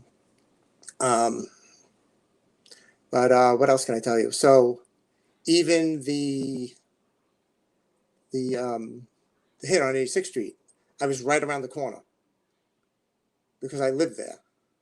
And when that happened on that Sunday morning, we ran around the corner. I actually saw it minutes after it happened. What else can I tell you? I'm surprised I'm not running into you because everywhere that you're going to meet Supreme and Leone's and stuff like that, I'm frequently at all these different areas too. I was at Leone's last Sunday. Yeah, so I went up there. Yeah, so I went there. I forgot last week or something like that. I got some olives. They have that big bin with all the olives in there. Yeah, in the middle. Yeah. I always get a mozzarella, a prosciutto bread. Yeah, the mozzarella. They got 3 for $15. Yeah, it's great. Yeah, it's great. And they have the smoked ones. They have the salt, the no salt, the whole anything that you want. Yeah. Another great place. All bread, 18th Avenue, the Brooklyn Bakery on 18th Avenue on 3rd Street, freaking awesome. 17th Avenue also. You got 17th Avenue. That what is it? 78th Street. Yeah, 78th Street. Freaking awesome bread, rolls and stuff like that. You can't go wrong. What else can I? So a lot of stuff. So it was interesting. It was interesting going back to Wimpy Boys at that time. Knew Frank Mealy, Paulie Pumps. You know who that is? I'm older than you, so.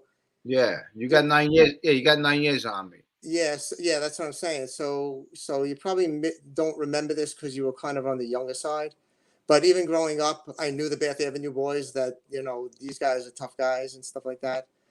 Especially being like not of that groupings, like no tough guy. I was never like part of that grouping and stuff like that. But went to New Utrecht in a time when it was kind of, I grew up around all those guys, all of them. Yeah. Went to school with Frankie Heidel, with Jimmy Heidel. Jimmy Heidel. Wow. Yeah.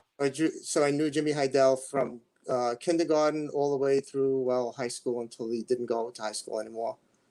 So knew Jimmy. Who else? Oh, you mentioned the other day Frankie Saponaro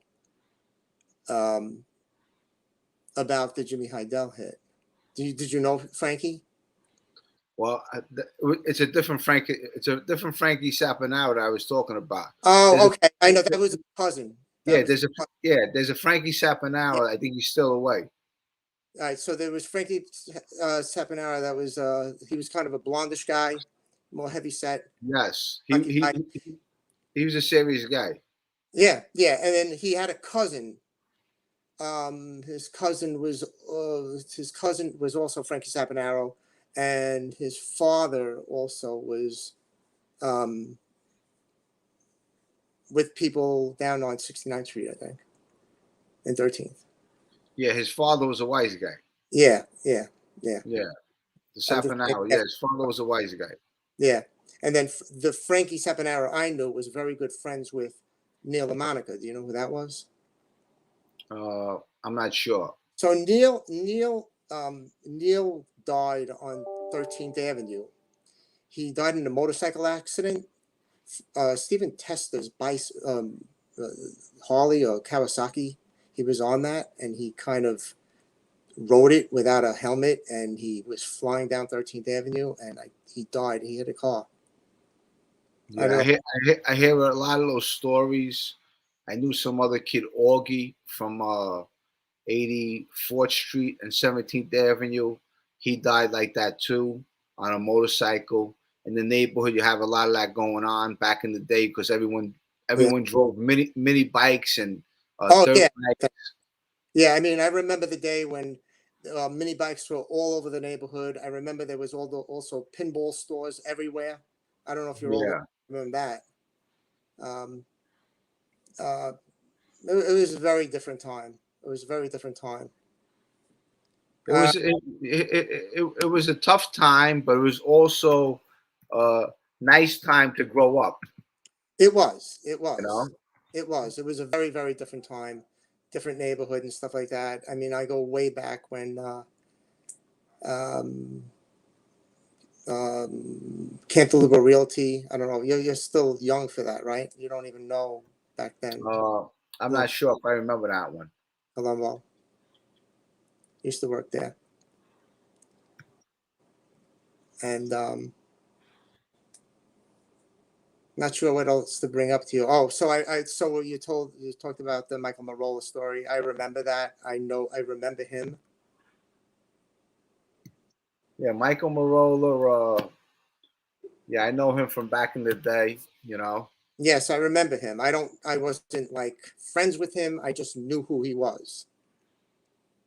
Like, these are just people that I rubbed elbows with, would say hello to, but I was never involved in that kind of, in that kind of life. Yeah, good for you.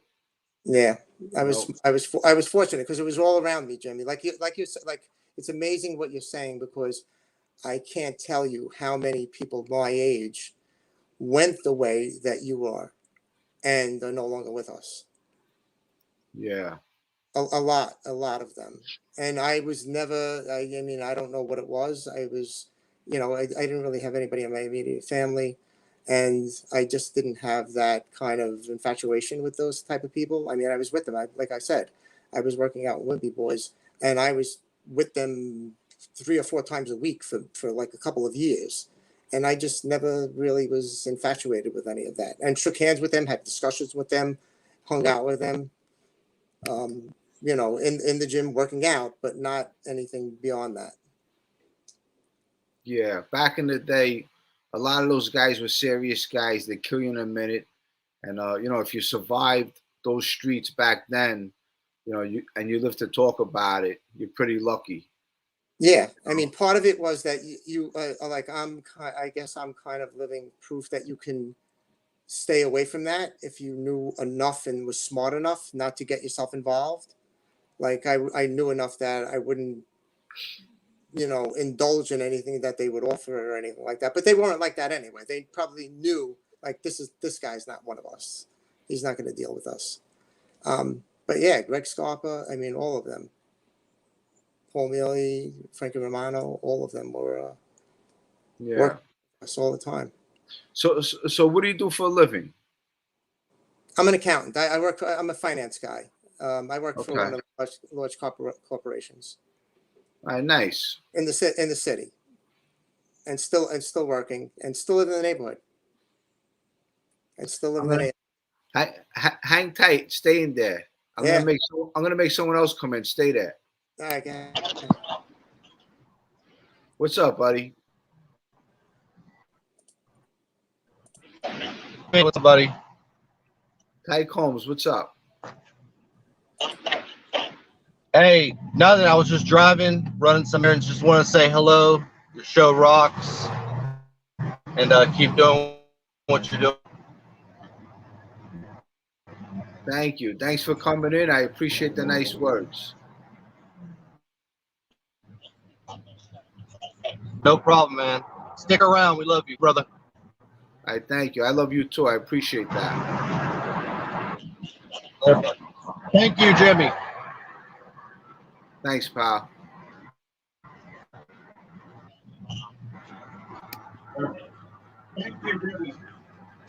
Hey, I'm back. How you doing, Jimmy? What's up, Tom? Not a lot. Anyway, I saw you got the King of Park Avenue. Yeah, on your I had, show. It was pretty cool. I had Tony Tony Pizza. You know, Yeah. Tony Pizza. Tony Pizza puts people in the oven. I know. We discussed that. He makes really sure the does. bottoms are He just really a little does. That's what toasted. he used to do. Yeah, I know. Yeah, I know. That's where he got the name. Yeah, he's a hell of a character. I think if he toned it down a little bit, as far as the cursing and stuff, every other word, I think he could do well. You know what? I agree with you. You Because you know? know what? He has some charisma. Yes, he does. He's got it. I call it, and I think the advice that Sammy gave him to go out there and work with the homeless people, that's the best advice he could get. And he could do that on a show.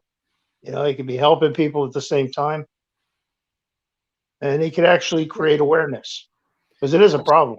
Yeah, absolutely. Because listen, everybody needs somebody. If you can help somebody, everybody needs somebody. Oh yeah, definitely. Some more than others. But Absolutely. yeah, everybody needs somebody. But hang in there, stay right there. I'm gonna put someone else in here too. Cool. Okay, he left.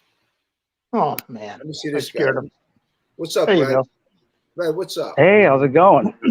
How's everything? Not too shabby. Just got done working. Okay, where you at? I am in Western Washington. Okay, where's that? Seattle? Yeah, actually about 30 minutes south of Seattle. Okay, nice. How is it over there? It's shit. Really? It's awful.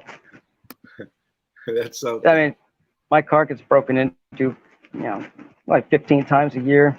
There's a lot of bums, especially in Seattle. I mean, there's just literally tents on the sidewalks, up and down the streets in downtown Seattle. The whole town smells like piss. Yeah, that's terrible, ain't it? It's a shame, because I mean, I when I first moved over here in '99, it was right after the whole grunge rock thing. I mean, Seattle was still really cool. It was fun. There was a lot of things to do, and now it's just hipsters and bums. All the nice buildings have been brought down, and they put up little, stupid condo complexes and shit. How's the police over there? Is it defund the police? To a certain extent. I mean, Seattle is like the blue part of the state. I mean, Eastern Washington is somewhat red, but not to a serious extent. But cops around here are they're assholes. I mean, like, beat the shit out of people. Let me just give a shout out to Cherry Blossom. Thank you for the $4.99. I appreciate it. Very kind of you. Thank you so much. Yeah, but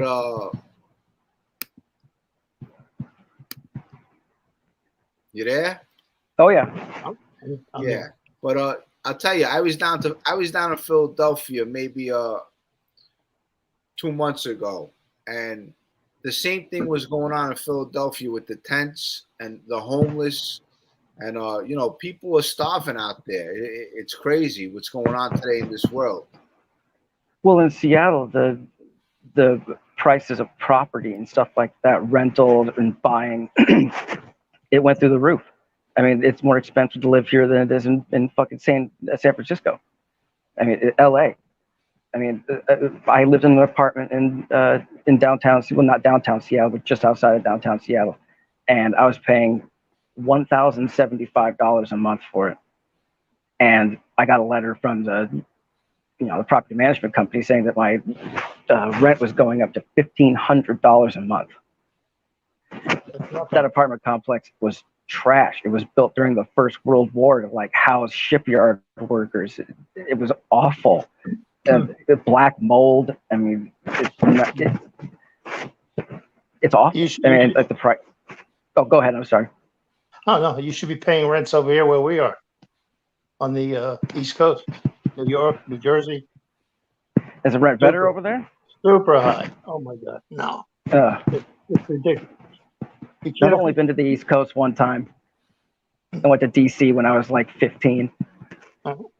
I'm a realtor by trade, so I kind of know what goes on. It's amazing. Oh, it's insane. Real estate. They're selling properties in Seattle, like downtown Seattle-ish, Capitol Hill, and it's a standard sized property with a house that is literally burnt to the fucking ground. It's $1.5 million. Wow, it's insane. Just the taxes alone on this house, it's like $12,000 a year. That's just taxes, property tax. Yeah. It's insanity. I mean, the people who work at the regular people jobs, and the people who are making your food, working at wherever, like they can't fucking afford to live here. They have to live like 20, 30, 40 miles outside of town. Yeah. I got to give a shout out. Let me give a shout out to Brooklyn Sal Crook. Thank you for the $10 super chat. It's very kind of you. I appreciate it. And to you guys, hopefully the world gets better. I mean, there's craziness all over this country, what's going on. I mean, all over the world today, It's insane. It really I don't like where it's going insane. either. And, I feel bad for the children, because, it's all about fighting for your freedom now. That's what we're fighting for. We're fighting for our freedom. Yes. I mean, I've got a 5-year-old and a 15-year-old, man, and I'm worried about what kind of fucking world I'm going to leave them. Yep. Yeah. Absolutely right. What it's about is there's just too much hate out there, man. Everybody's hating each other, fighting with each other. And this country, it's divided. We got to get it together, or we're not going to have a country. Yeah. Well, listen, hey, let me. Look, I'm going to take one of you guys out, okay? I'd be more than happy to take off. I actually have to go pick up my 5-year-old from school in about 15 minutes. Listen, God bless. Take care of yourself. Thanks for coming in, and come again, okay? Absolutely. Thank you very much. I appreciate it greatly. Thank you so much. All right. See you later, Tommy. Have a great day. You too. Thank you. Bye-bye. So it's you and me. Let's get somebody else in. Yeah, we're going to get let me see Vinny Pasta. Let me see this guy over here. All right. This guy, he took off. All right, let me see BT1. Hey, there we go. Let me see Vinny Pasta. BT1, what's up? All right. This guy, he took. What's up, BT1?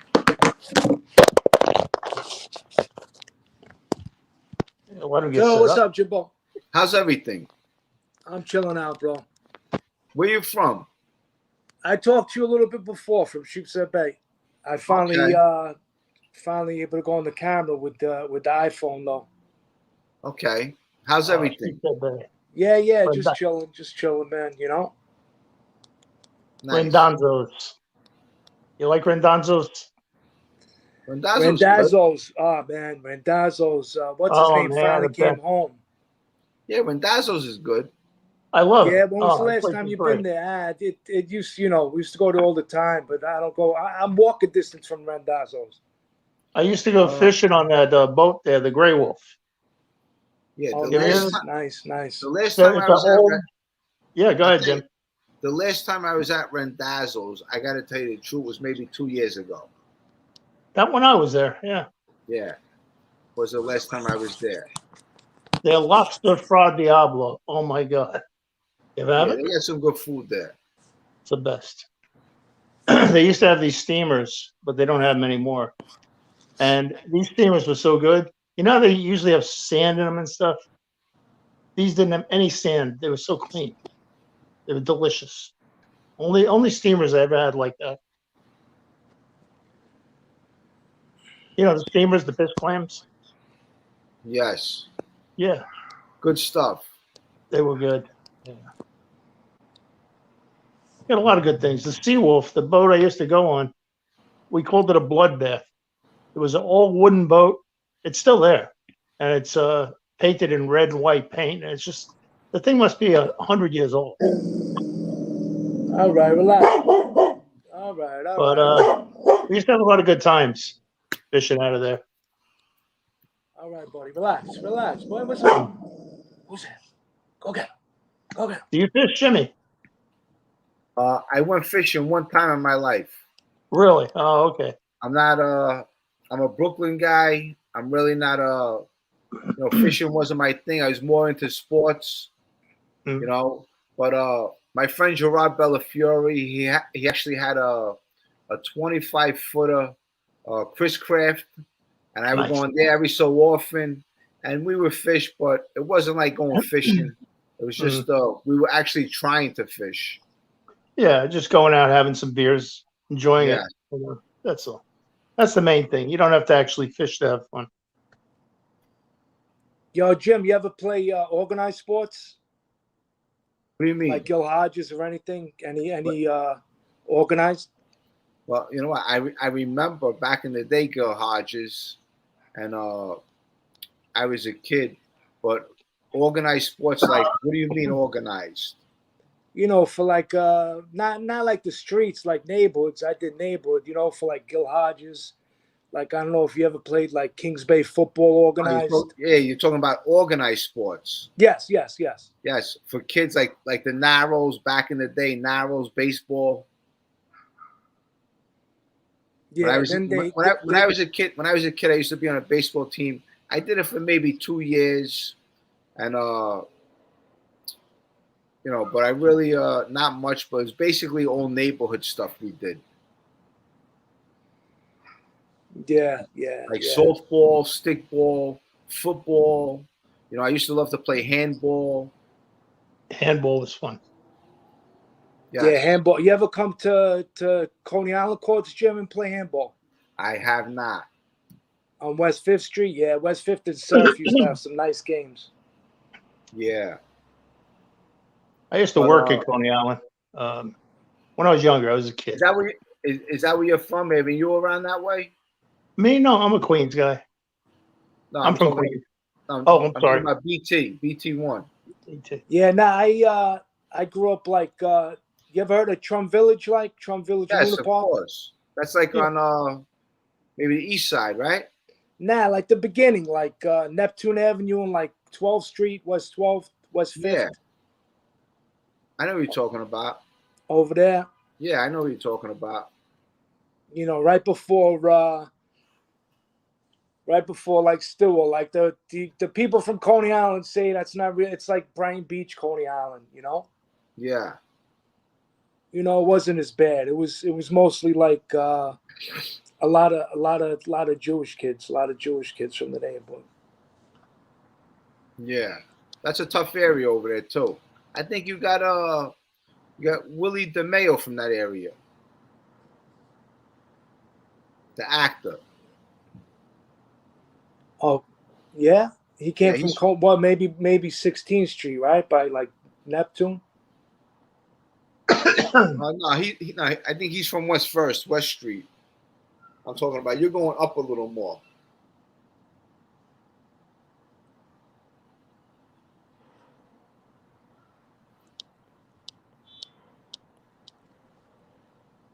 All right, guys.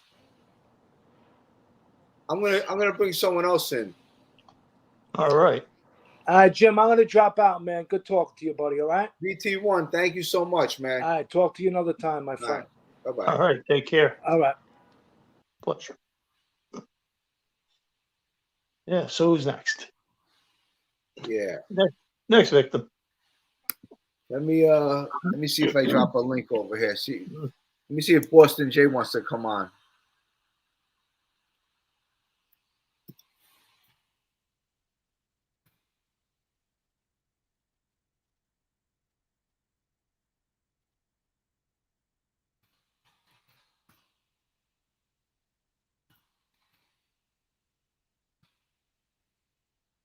How you feeling today, buddy? How's everything?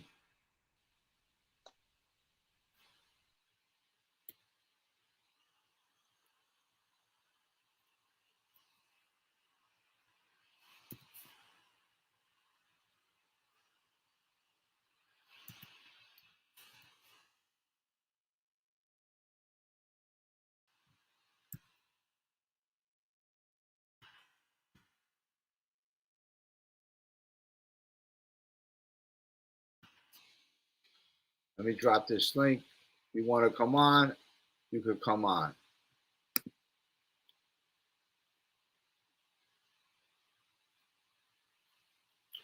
Brooklyn South Crook, $10. Thank you. I appreciate it.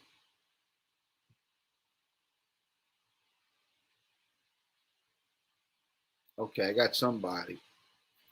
Let me see what this guy wants to say. What's the crack, Jim? How's everything?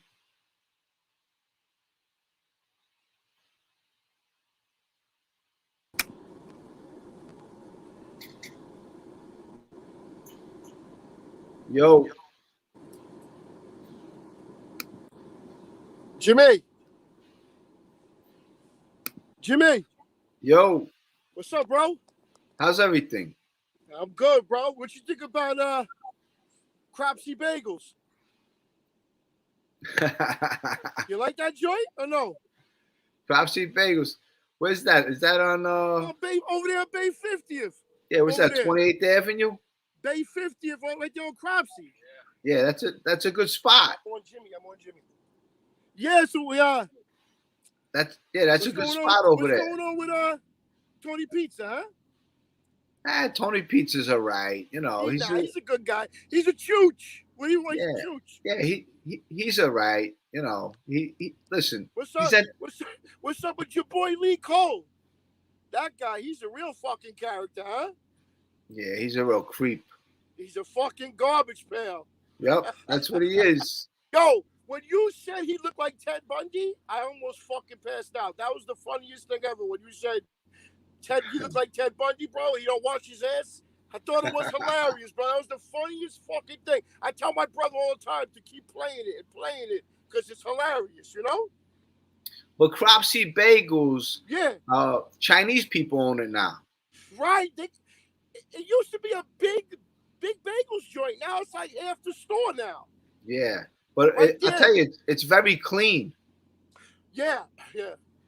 There's a couple of there was a pizza store over there. There was one all the way down Cropsy. I forgot the name. Me and my brother used to go to that one. And well, of course you got L&B and everything like that, you know, so but hey, listen, I don't want to take up too much of your time. I love you, Jimmy. Keep doing your thing. Hey, listen, I love you too. Thank you for coming on. All right. Fuck Lee Cole. Thanks, pal. I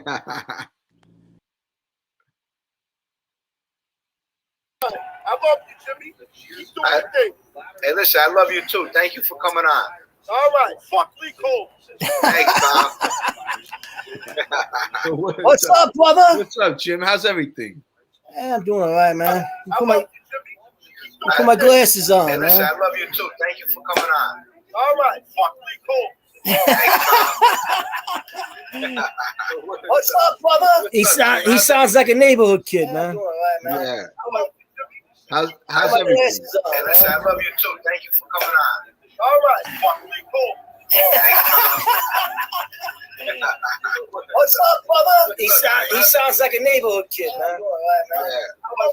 Now is that on my screen? All right. I can't hear you.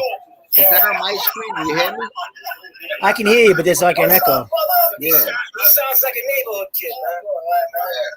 Hold on. Now is that on my screen? All right. It might be mine. How do I can hear you, but there's like an echo. He sounds like a neighborhood kid. Now is that on my screen? All right. It might be mine. How do I can hear you, but there's like an echo. Ron Cheddar, thank you for the 1999. I appreciate it. Now is that on my screen? All right. It might be mine. How do I can hear you, but there's like an echo. I think you got a 99. I think it's your background. Your background video. My background? Yeah. Should I leave? Come back in? Yeah, come back in. I think you got a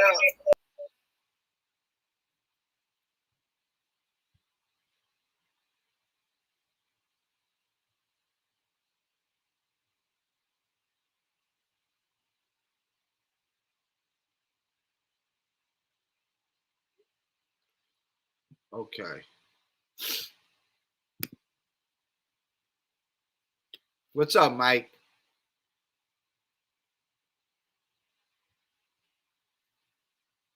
What's up, Mike?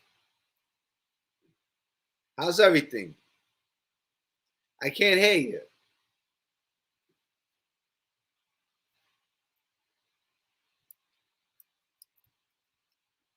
You might have to take your headphones out. How about now? Now, yes. All right, there you go. How's everything? Everything's good, good. We're keeping busy, you know. And how's the kids? Good. No kids here, just golf balls. Every time you called, the time you called me, I was on the golf course. I'm like, oh my God, I can't believe I missed that call. I'm gonna add Jimmy Sorelli to the stream, okay? Nice. Yeah, Jim. Yeah, can you hear me now? Yes, I better. Yeah. There's no background noise. All right, good. Who do we got here? I got Mike. Mike the printer. Mike the printer. Yeah, now, Mike. yeah. Mike, the DA or is it the? No, it's just Mike. It's just Mike D. Oh, so we can't make you an honorary Italian? No, but people say that about me. You're talking to two, city kids over here. Brooklyn, and you got the Bronx. I'm from that neighborhood, so All right. know all about it. I mean, join the club. My brothers, they called me Guido when I was growing up. And they were like, hey, Guido. We're all Irish cops, you know, and but not me. Mike. Yeah. I spoke to you before, right? Right. Every time we tried to get on the phone, you were calling me about the print. And Yes. I was out. It was on Wednesdays when you were calling right in the middle of the afternoon. And I was golfing. And I'm like, I'm going to quit golfing because I want to catch this phone call, you know? Just great to think that to talk to you on the phone and even here now. Yeah, it's nice to see you. You too. You too. We're always available for you if you ever need anything. And if you don't, that's fine too. Thank you. I appreciate that. Yeah, yeah. Even just for support or any assistance at all, you know, checking prices or, you know, making sure that the quality of the materials you're getting are up to par and that, you know, you're paying the right price too. Thank you, Mike. I appreciate that. How's everything? Anything new? What's new? Anything? No, you know, just the weather's changing now, so all my golf buddies are starting to drop off. But the weather's hanging in there. It's nice, and so my regular weekly golf thing will probably dry up soon, and then I get I stay more focused on work and business. You know? All right, good. Yeah, I have some new T-shirts I want to print out. It's all great. So I'll probably I'll probably give you a call. I just gave. Yeah, I got something coming also. I gave my wife the link, and I said, "Hey, my birthday's coming up. You know what I want over here." And Jimmy Sorelli, this is Mike. He's a printer, so if you need a printer, he might be able to help you out. Okay. Yeah, I got a shirt coming that Chris made up for me. Okay, it's in good. the mail. Yeah. Get my email. It's nice looking. I already seen it. I'm easy to reach. You know, it's Mike at printmdnow.com. And listen, even if I could help or assist with whatever it is you are buying anywhere, you know, just to make sure that you're paying the right price and getting the right quality. As for what I could provide for you, I print mostly on paper, but we do garments as well at a sister company. Mm-hmm. And I know all the prices. I know how much people should be paying. Okay. We should all meet at the Palm one night. I like the Palm. You were talking steakhouses and restaurants last week, and I love the Palm West. The Palm West on 50th Street. It's a great steakhouse. Everybody in there is just awesome. And if you walk into the bar, you walk in the front door, you make a left, right? And you're in the bar. The bar will be on your right. If you look up on the left, there's Joe DiMaggio on the wall. Oh, nice. And for some crazy reason, I mean, I know the reason, but I'm right there next to him on that wall. And you'll see Mike Donegan, and you'll see it says the Horse Whisperer, because I'm a horse guy too. Right. And it's just a great place. And we should meet there one night for some drinks and some steaks. It's just great. Absolutely. We got to do it. That's what I couldn't wait to get you on the phone. I thought, holy shit, Jimmy's calling. If I can get him on the phone, we could set something up and go meet over there, Let's just hang out for a night. Let's do it. We got to eat a nice steak, have a nice drink, like gentlemen. Yeah. Hey, you gotta live a little. Absolutely. You got to work hard. You got to play hard. Absolutely. Yeah, exactly. Yeah. I'm down. Whenever you're ready, touch base with me. You have my number. I do. And Mike, what's that website again? Print at? Well, that's my website is printmdnow.com, and my personal email is mike@printmdnow.com. Mike at printmdnow.com.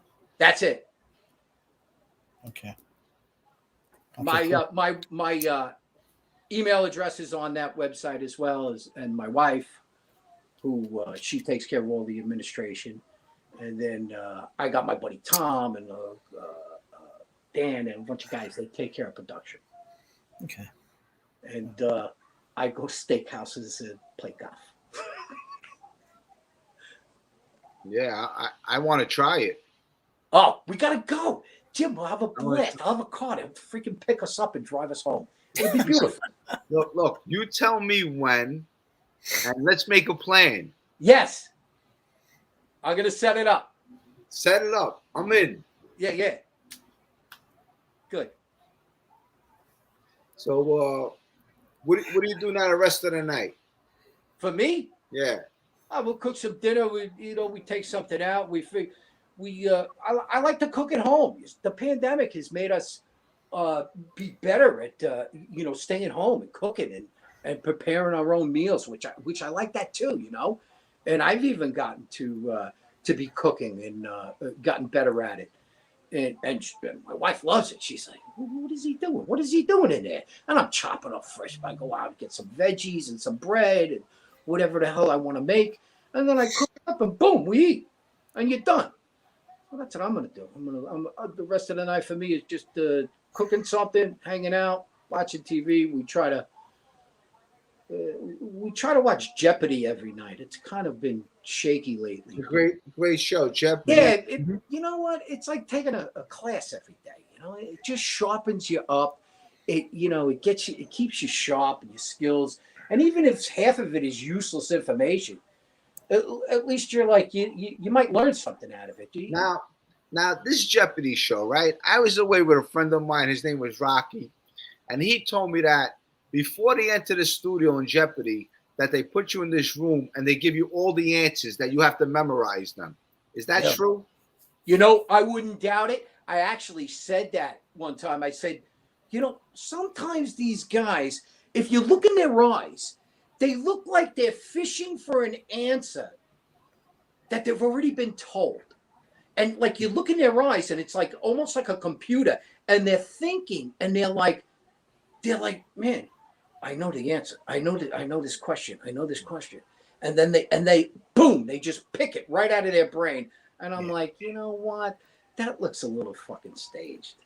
I agree with that, Jimmy. And I actually said that. I said it to my wife one night. She was like, no, you think so? Like the old show's being fixed? I said, maybe. I'll tell you, someone told me that because if I walked into Jeopardy on the stage, honesty, listen, I wouldn't get one answer. Yeah. I know. It's sitting on your couch. You scream shit out and you get it right. And you're like, where did that come from? But in the heat of the moment under those lights with everybody, screaming. Yeah, right on the spot. Yeah, I don't know. I know they shoot 5 shows in one day, early in the morning to whatever time, one right after another. I tell you, but the Wheel of Fortune is good too. Yeah, that's a lot of fun. That's a lot of fun. Yeah, it's getting old though. They gotta, they need to change something about it. You know, eventually, you're right, because they're gonna have to, because they're getting up there. I think they're gonna start getting their kids involved, like Pat Sajak now has his daughter doing some kind of guest appearance. The next thing you know, she'll be standing there. Probably. I heard he's not easy to get along with, though. A lot of people say that he's, you know, a little nasty and sometimes he's rude. I mean, he has that look about him. You know, you're right. It's that waspy thing about him that people don't realize it. But I think Pat Sajak, when he's throwing out these little jokes, little things that people laugh at, they're actually very insulting to the contestant. You ever notice that? Sometimes there's like a little thing that they'll say, and it's like, wow, that was a little off. That was a little off beat right there, you know. And he's what he's doing is he's attacking just a little bit of their personality. Yeah, there's been complaints about him in the past. I got another guy I'm gonna make come on. Get him. Okay. Well, Mike, look. I'm gonna get rid of you for now. Yeah. But look, hey, set it up. Yeah. I'm in. Yeah, we're gonna do that. We're gonna do that. Seriously, look, I'm in. I'm telling you, Jimmy, I'm down. You're gonna love it. We'll have a great time. Let me know. Listen, let me know when. Yeah, absolutely. Okay. And tell everyone at home I said hi. I will. I'll do that now, and you do the same. Thanks, buddy. I appreciate it. Thanks for the website. I'll check it out. Thank you, sir. Okay. Thanks, guys. All right. Bye-bye. Be well. Jimmy, when are we going to do a live feed from the Raven Night? I don't know. You guys set that up. Whenever you're ready, man. Whenever you're ready. This guy looks like he's ready for the WWE, this guy. Hey, what's happening, Jimmy? Gianni, what's up, baby? Which Jimmy you talking to? Which Jimmy you talking to? You got a double whammy here. What are you talking about? I'm not here to talk about Jeopardy. I'm just playing around, man. Listen, I won't take up too much of your time, Jimmy, but I want to ask you one thing. You got to tell me more about those 20th Avenue boys. Because I follow you for a while, and you don't really talk too much about it. But I'm just curious, since you're back in New York, you have to have a run into those guys, right? You know what? I tell you, the circle that I am in now is all legitimate people. So, I have nothing to do with the street. I take care of my kids. I go to work, and I deal with all legitimate people. But I will tell some more stories about the 20th Avenue kids. I mean, look, they were wild kids like us, and they were serious kids. Yeah. Well, that's it, Jimmy. And if I'm ever on 18th Avenue out there, I'll definitely holler. I'm out here in Hershey, PA. So if you're out here, just come out for some pizza, dude. Yeah, definitely. And I didn't bring my kids to Hershey this year, but I brought them there last year. But I don't know, probably next year I'll be out there. But if you're ever in New York City, reach out to me. I will, man. Hey, Jeopardy, have a good night, bro. Take care. Be good, man. Thank you. Big dude. Yeah, big guy. I like the big guys. As you can see, I'm not really dressed for the occasion. I got my guinea tee. You can see some of my tats, but it's been a long day. How's your sister? Doing good. I spoke to her today. She's getting used to living out in the boonies and stuff, but hopefully she'll be back in about a year and a half. So what's up with this T-shirt that Fat Boy Sicilian made? What Chris did is my aunt had a shirt made up for us about 5-6 years ago for Christmas, and it said it's a Sorelli thing or something like that. So I showed it to Chris, and I'm like, hey, maybe we can do something, So I sent it down to him, and he has his logo with the saying underneath it. Or I seen it about a week ago. It's a really nice looking shirt. So he stuck it in the mail and wait for it to come. And I'm gonna see how it goes and get it made up. If, like I sent you to Graham, if you want to put it on your website, see how well it does, and then give you whatever I got to give you. If you can make a couple of hours, Yeah. Well, you know what? It's up to you. Look, my website, I actually it's down my website. What I'm doing is I'm in the middle of creating a new website. Mm-hmm. So as soon as I put my new website up, you could definitely tore that T-shirt up. I have no problem with it. Oh, thanks, Jimmy. Yeah, but my website right now is down. No rush. Believe me. Yeah, no, I'm gonna create a new website. I'm actually gonna make some new T-shirts. I got some new photos that I'm creating that I'm gonna sign. So if people are interested in that, you know, but what happened was someone that created my website, I didn't have full access to it. You know, I had to go through their email and stuff like that. Oh, that sucks. Well, you know what? The thing is too, you know, the person You'd rather be in control of it yourself. Of course, absolutely. And the thing is, anytime someone bought something, it's like they could see who bought something and stuff like that. So, you know, for me, in all honesty, that wasn't pretty cool. I'm a private guy. And if I buy something, you know what? I basically want to own it and I want to control it. But you know what? Look, I meet some people on YouTube and some of these people are cool, but it's a learning experience because the person who did my website, yesterday they made a comment on my show and they said something about, you know, how could you, they said something foolish, not stupid. It was just foolish. And they have access to me. They could have reached out to me and spoke to me, but they said something foolish. And so I just told them, you know, let's just take the website down. And in all honesty, I'm one of those guys where if you're a jerk, I don't even want to bother with you. Yeah. You know, and they made some comments before where I was out to dinner with my girl and they said, you know, where are you sitting in a parking lot? So when I see comments like this, I know something inside your heart that you have a lot of jealousy. You know, so these are people that I do not want to know. I don't want to be around. And definitely not do business. I try to be nice to people, but the thing is, you know, I'm not a pushover, and definitely, you know, I'll be nice to you back. But if you act like an idiot, I'm not going to tolerate it. Wave them on through. So that's why I told them, let's just take the website down. And you know what? I'll create a new website. It's no big deal.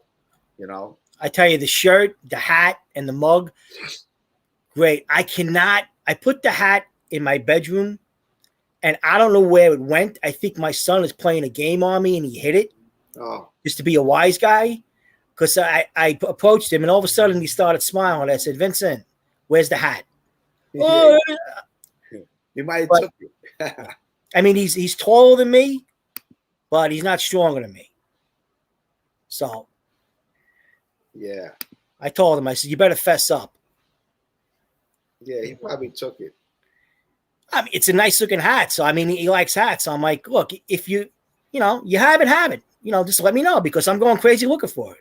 And my wife was looking for it. You know, the shirt, the mug. Yeah, I'm like, Vincent, come on.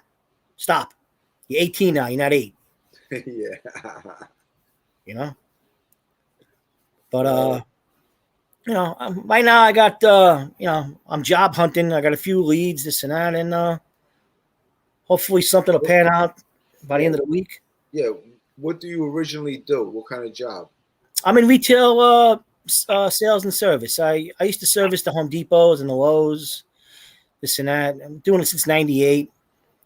And finally, this past February, I was working for Lowe's in Yonkers in the store. But they had me working Saturdays, they had me working Sundays, and they wanted me to work nights. So I said, screw it. You know, I had another life. Yeah. So, you know, I put a few applications in, and I got one Zoom interview tomorrow, and hopefully one on Friday. So I'll see how it goes. Well, you know what? If I hear of anything, I'll let you know. Oh, thank you. You know, I mean, can I do what I used to do? No. I mean, picking up 60, 70-pound boxes out of the overhead and bringing it down, I can't do it anymore. I got one shoulder. I got a tear in my left shoulder, 2 tears. I can't get operated on. I get cortisone shots every so often. So, you know, I'm limited. That's what happens when you get old. Yeah. Yes, it does. But let me throw a link. I'm going to throw a link out one more time, see if anyone else wants to come on. But, you know, when you talk to your sister, tell her I said hi. I will. And, yeah, as soon as I get the shirt, what I'll do is I'll take a snapshot of it and, I'll send you, a picture of what it looks like. Hang around.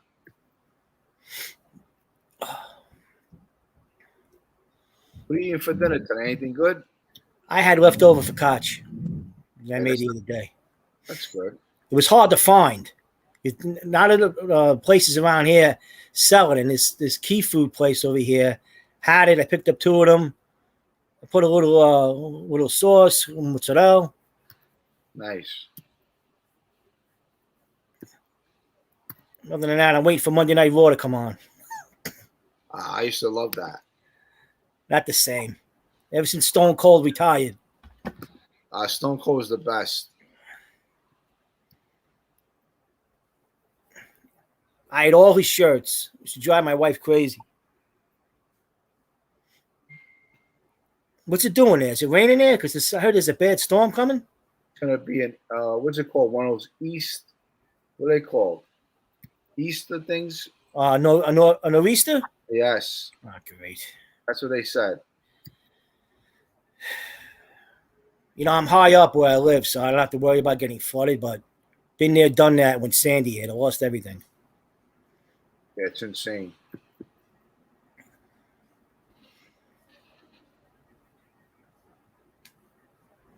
Yeah, just stay with me. I'll be right there.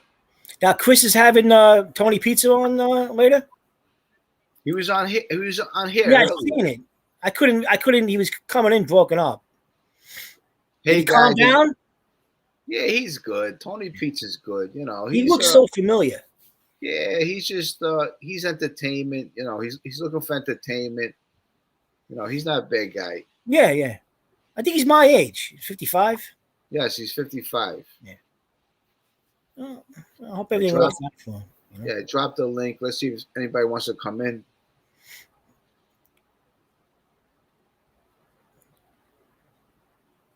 Yeah, there's supposed to be a big storm coming tonight, a nor'easter. Great. So, who knows? All right, we got somebody coming in. Let me talk to this guy because this guy came in before. Stay right there, Jimmy. Yeah. What's up, Christian Zamato? Yo. Christian, what's up? My phone has failed. How you doing, sir? What's going on? How's everything? Chris, Man, you look young. Jimmy, because I know a lot of people from background, so like I could relate to everything you talk about on your YouTube channel. Where you from? Me, I'm from Chicago. Okay, Chicago. Man. Outfit guy. Yeah, but my family, Chicago yeah, but is my family's from Aragon, Sicily. Okay. Where's I don't live too Chicago? far from Taylor Street, near downtown. What's that, Cicero? That's Cicero over there? You said what? Cicero?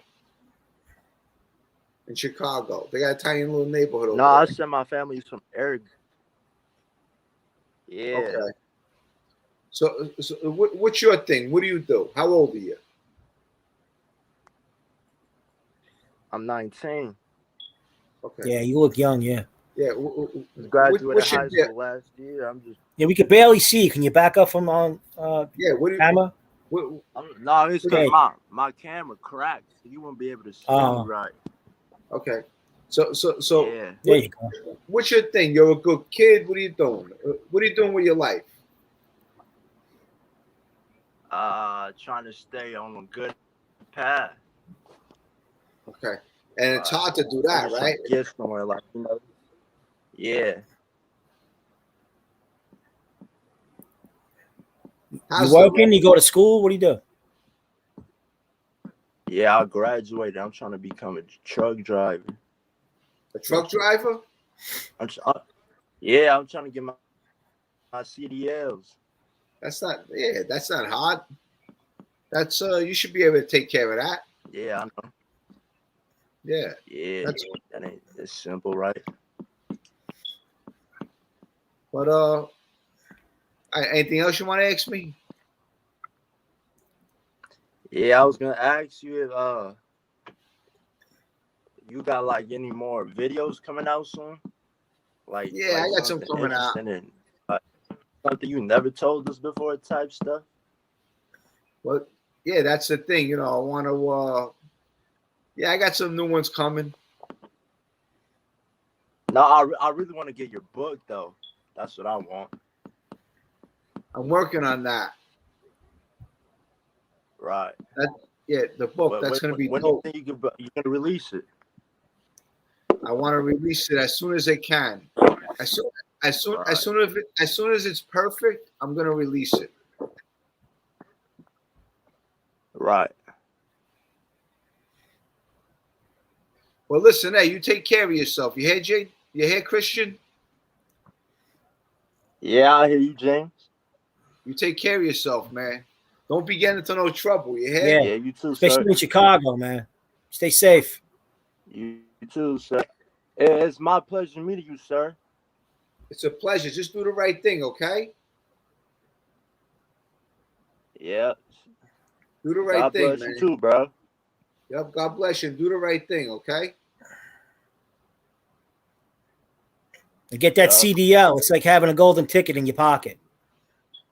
You Get right. that CDL. You make some money. You get that Definitely. CDL. You'll never be out of work. You drive for Right. anybody. Pepsi, Coke, whatever. Right. Definitely. Where you live with your mom? Right. No, I live with my pops. Live with your pops? All right, that's cool. Yeah. All right, well, tell your dad I said hi. Yeah, I live on the. Yeah, all right, sir. What happened? Where do you live?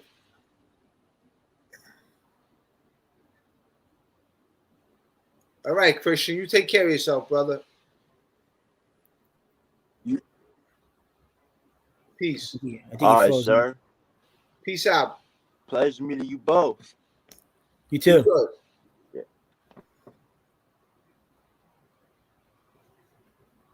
Let me see this guy. Looks like a gang member, that kid.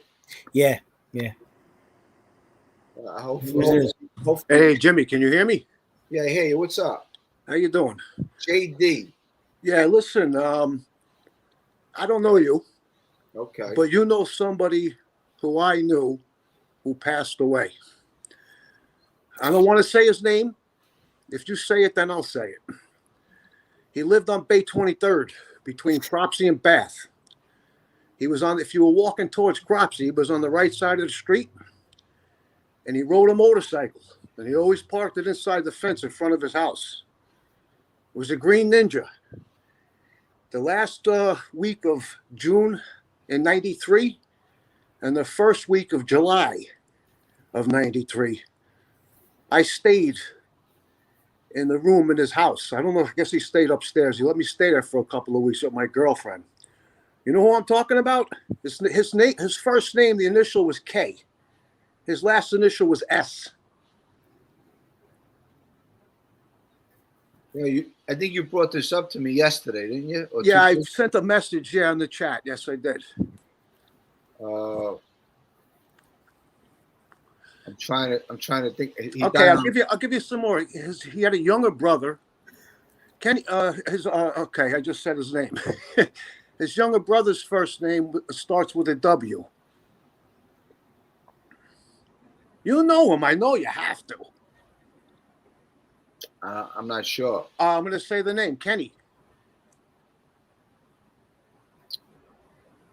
Last name starts with an S. You going back in the 80s or you going back into the 90s? I'm going back into the 90s. 93. I've been around there many more times. I used to ride motorcycles with him. We used to raise hell in the streets. Well, you remember the guys that used to meet up? You don't know them. I mean, you probably passed by and seen a bunch of motorcycles that would meet up on the 20th Avenue at 86th Street. Yeah, you said on the, if you're going from bed going towards Cropsey, you said on the right hand. Right, and So almost, on the right, closer to Cropsey than Bath. On the right hand. I don't know. I really don't remember. I mean, I remember a couple of people that lived on that block. You know, Billy Bright was on the left side. you know, I really don't remember. I'll tell you the truth.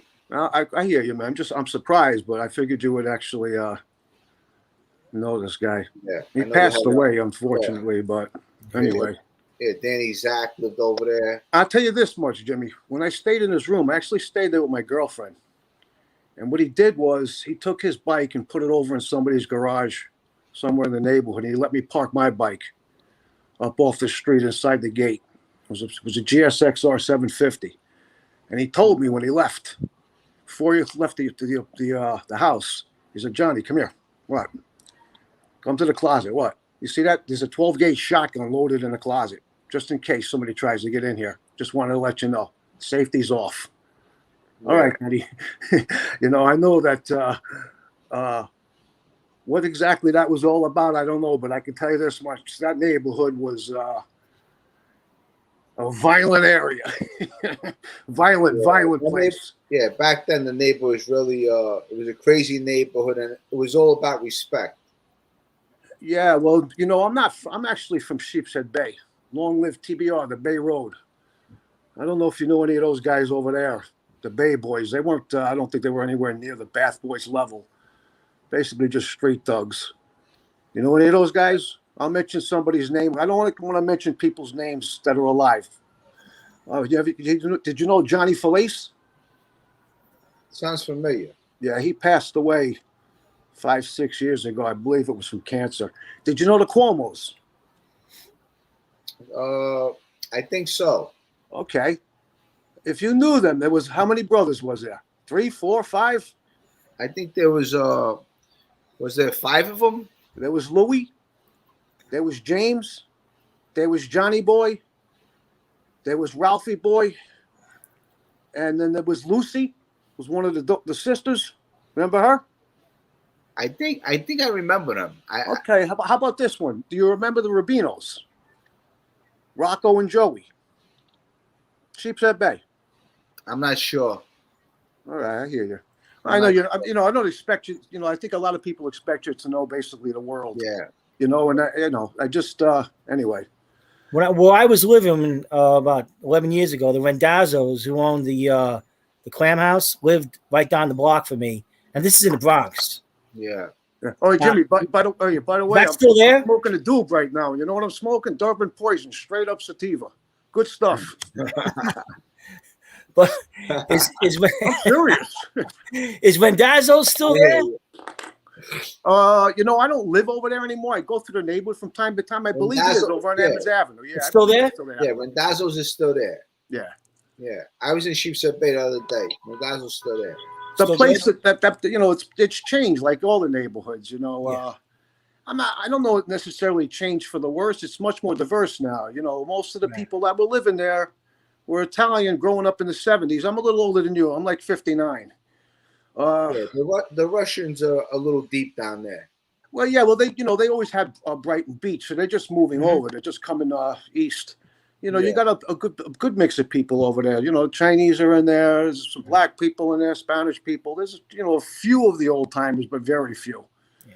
You know what I mean? Everybody's Brighton Beach back in the day, Manhattan Beach back in the day. Yeah, back in the 70s, that was a wild time. A lot of hot tunes show up. I mean, a wild time. Yeah. It was nothing but trouble. Yeah. I'll tell you, though, they had some good diners over there to eat right by the train. Oh, what was the diner over there? She said Bay Road. No, that was a pizzeria, Delmar's. I can't remember the name of it now. It's gone. And then the El Greco's was a diner over there on Emmons. Sounds familiar. Bay Road. Yeah. You remember? You ever been over there, Jimmy? El Greco's on Sheepshead Bay Road and Emmons Avenue. The diner, it's gone. Of course, yeah, I remember that diner. That was actually a nice diner. I think that was across the hill from Cherry Hill. That was across the street from Cherry Hill, right? I don't remember Cherry Hill. What was that? What kind of business was it? That used to be, I forgot the name of it, the big restaurant that used to be there. Oh, you're talking about Lundy's. Yes, Lundy's. Yeah, exactly. Lundy's is on the east side of that. Yeah, on the same side of the street. Lundy's is still there. That's like an institution, that place. That's the cheesecake place, right?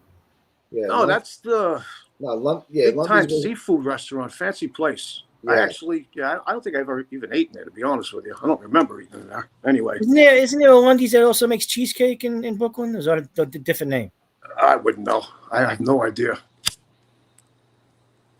Sounds familiar. So, yes, anyway, my friend Kenny over there, we used to, like I said, we used to ride like fucking hell, man. We used to get on the highways on the Belt Parkway, you know, the turn going underneath the Verrazano Bridge? We go through there 150 miles an hour, 160 miles an hour. Wow. And I listened to one of your videos, and I heard you mention that you used to be into Corvettes. We had a couple of guys that once in a while would come out with us on the highway and raise hell. You know, there's like 50 of us that would hung out on the corner if everybody showed up. And we'd start gathering about 9 o'clock, then, 11 o'clock, 12 o'clock. We'd head out on the Belt Parkway, go to Long Island, wherever, and just raise freaking hell, man. And it was a great time because of the people that rode, me and Kenny were the fastest. We were the best on the bikes. Most people couldn't really ride well. It was a showpiece. So we know, if we blew by the cops at $150, whatever it was, they ain't catching us. They may catch somebody in the back. Most of those guys wouldn't run. We weren't going to stop. Once we turned that throttle, we twisted it. We were wide full open, and that's it. Yeah. I used to race my Camaro coming off the belt into Sunrise Highway a couple of times. I went up against a Trans Am, and he blew me right off. My doors right off. Right by Roosevelt Field over there. Yeah. Coming right off the belt. Hey, let me ask you this, Jimmy. Did you know one of the guys over there, he died right in front of me on Emmons Avenue in Bedford? We were drag racing light to light. There was 6 of us. His name was Sal Riccobono. I'm not sure. It sounds familiar. He wasn't a wise guy or anything like that, but he was from the neighborhood. He had a clothing store somewhere, I think on 86th Street. He died right in front of me. I witnessed it. Wow. He got the first motorcycle he got was the biggest one that Suzuki made, a GSXR 1100. It was way over his head. I had 8 different bikes. I started with little bikes, and I worked my way up. That's the right way to do it. And he died right in front of me. In fact, I was the first one over to him. I took his pulse. There was no pulse. He was gone. Ambulance came, hit him with the defibrillators. They brought him back to life, brought him to Coney Island Hospital. His parents showed up. He was on a breathing machine. They said, unplug it. Yeah. Sorry to hear that. Yeah, well, hey, it is what it is. I mean, it's the nature of the beast, so to speak. When you ride like crazy like that, things happen. And I listen. Back in the day, a lot of people were killed on motorcycles. I used to ride when I was a kid, but I really never was into like the motorcycles. As I got older, I always liked to maybe fast cars. Yeah. Right. What kind of motorcycle did you have? When I was a kid, like dirt bikes, like maybe a CR80, a 125. Right. Things like that. You ever take your vet over to Englishtown on Wednesday night and drag race? You know what? I know they do that down there. Back in the day, when I first came home, I was living out in Jersey. Actually, Englishtown, it's a nice town out there. Mm-hmm. Got the drag racing out there, right? Yeah. I don't know if they do it anymore, but every Wednesday night you pay $15 at that time. Anyway, this is back in the the early '90s. Yeah, they still do it. Yeah, so we run over there with the bikes and we drag race. You know what I'm saying? They still do it. Yeah, I went over there with a little Honda 600 race bike, inline 4, a liquid cooled motor, and I would run. It was bone stock. I would run the first 2 runs I ever did, 11.960 and 11.961. 1/1000th of a second difference. And, I had a knack for it, but I really wanted to be a GP racer. I actually went to school and became a motorcycle mechanic because I figured I'd be doing, race as a privateer. I never actually did race on the track, but I took it to the streets. You know what I mean? So I lived, it's not the same thing as you, Jimmy. It's a whole different thing. But when you do that on a motorcycle, when you wind those things up, you're talking about the last bike I had did 0 to 60 in 2.59 seconds. And I wasn't bashful about whipping that throttle. Mm-hmm. You defy death. And, when you're young, you think you're invincible. And, I'm not married. I don't have any kids. So if I die, I was having fun. Nobody's going to be, you know what I mean? now the bikes that they have today that are comparable to what we rode all those years ago, they're not really comparable. They're like 30 miles an hour faster out of the box. I wouldn't get on one of those things. I lived it. I learned, I got away with, like I said, defying death over and over and over again. We used to run out at 2, 3 o'clock in the morning on Ocean Avenue out there in Jones Beach, on the way to Jones Beach, a long straightaway, and just wide full open. And the cops would chase us at times. I've been in chases by the cops where they literally try to run me over, man. My downfall would be, I had the acceleration and I can ride, but I got a wide open pipe on the bike and you can hear me from 3 miles away. You know what I'm saying? So anyway, I lived it, and I'm not going to say I learned. I have no regrets. I enjoyed it. It was a lot of fun. Anyway, may my friend Kenny be riding in his Ninja up in the heavens somewhere and not running every freaking red light. If there are any. I thought you would know him or just know of him. And, I probably know of him. And, if it's the Kenny I know, I think he shot up a car that Tommy Reynolds and Joey Calco was in. I'm not sure, but it's a possibility. Well, I could tell you this much. Then you know the guy because, I didn't speak with him for about 5 years now. I just found out on your chat line that he passed. I thought somebody was playing a game. So I had his brother's number. So I called him up, and he was like, no, it was no game. It really happened. So, but when I was talking with him last, he did a couple of bits and upstate, and he was telling me that, he was getting into shootouts with people. So, and if your friend, when you're staying in his room, tells you, listen, Johnny, there's a loaded 12 gauge in the freaking closet. Here it is. The safety's off. If that's any indications that there's, something wild going on, you know what I'm saying? So anyway, especially, let me say something else. Now, maybe this probably won't refresh your memory either. It's so many years ago. You're talking almost 30 years ago. But one night, I used to have a lot of fun with Kenny on the bikes. Okay, we would raise hell on the bikes and just have a fucking shit of the time. We loved it. And a few times I hung out with him off the bike, and I'm not blaming it on him, but I would always get in trouble. One night we were coming back, we were walking down Cropsey back to his house, and there's a guy across the street. It might have been you. And he said, hey, Kenny, who's your friend? And he said, Johnny, don't say anything. Just keep walking. He didn't say a word either. So whoever it was somebody not necessarily he was having static with, but it wasn't there wasn't good vibes flowing. You know what I mean? Yeah. So anyway, I'll tell you what, while I stayed there, nobody touched my bike. Nobody bothered me. Nobody bothered my girl. Everybody, you know what I'm saying? But I know when I would be out, I'd pull up in front of the house. The eyes would be all over me. I know that. Yeah. Yeah. So that was neighborhood watch. Well, that just goes to show the type of neighborhood it was. That's the kind of neighborhood, people aren't going to go to the Bulls. The Bulls come to the house. You seen this guy? I don't know. I don't know what you're talking about. And people look out for each other. It's basically like a networks kind of, so to speak. I mean, even if, the adults that are not involved and not hanging out in the streets, they know what's going on and they carry themselves a certain way. You know what I'm saying? Yes.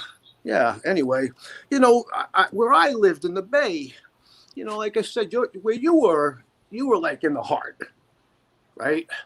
But where I grew up in the Bay, there was a lot of activity. It wasn't on the same level, but guys went back and forth from my neighborhood to your neighborhood, blah blah blah. And I remember growing up as a teenager. We had what was it, Patches Disco and the Trolleys, I think it was called, and then the Sheepshead Bay Roller Palace. And you know how it was. The guys would come from Bensonhurst or wherever, Canarsie. And, there'd be 20 of us and 5 of them, so they'd catch a beating. And when we went to, the Bensonhurst, the same thing would happen. You know what I'm saying? Right. In the end, though, honestly, reality is most of those guys in a one-on-one fight would fold like a wet paper bag. You know, a lot of them were tough, but most of them weren't. You know, I don't know. It's, you know, it's like the mob, right? The mafia, right? From what I understand about it, you know, there's violence, obviously, and it's really intimidation, because if there's too much violence, I mean, like, you know, somebody owes you money, you kill them, you're not getting the money back, but it's that threat of the violence. So, you know, growing up on the Bay Road and hanging out, we carried ourselves in a similar way. You know, we would throw beatings, but it was always a threat. People in the neighborhood weren't going to fuck with us. You know what I'm saying? Look, be honest with you, when I moved into that neighborhood, I got jumped. I got jumped by the in 254 Park. There's a schoolyard by the Bedford Avenue boys.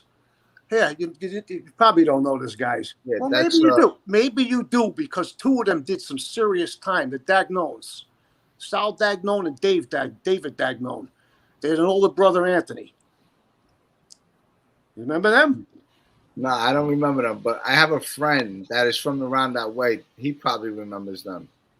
Yeah, but I want to tell you right now, I doubt highly your friend's going to remember me. Well, because you know, I kept a low profile, and I was out of that neighborhood. Yeah, he's actually a Sheepshead Bay guy. So okay, I mean, he'll check out this video and he'll see. He probably won't remember me, but maybe somebody will. Somebody might remember me. I wasn't one of the Bay Boys per se, but I would hang out with them on the streets from time to time. You know what I'm saying? Like, you remember Tommy Smith and Frankie Smith? Of course. Okay, one time, Tommy Smith, he goes, Johnny, come on, I'm going over to kick this fucking. How do I say? Frankie Smith is from my neighborhood. Tommy Smith. Frankie Smith from my neighborhood. Frankie was the older brother back in the 70s. It might be a different, yeah, it's probably different. It's a different Smith. Okay. Well, they lived back in the 70s. They lived in Sheepshead Bay. They didn't live in Bensonhurst. But anyway. Yeah, so. But look, JD, it was nice talking to you. Likewise. Okay. I'm going to bring someone else in. Be good, Jimmy. You too. Thank you. Take care. You too. I forgot your name with it. Jimmy. Jimmy also.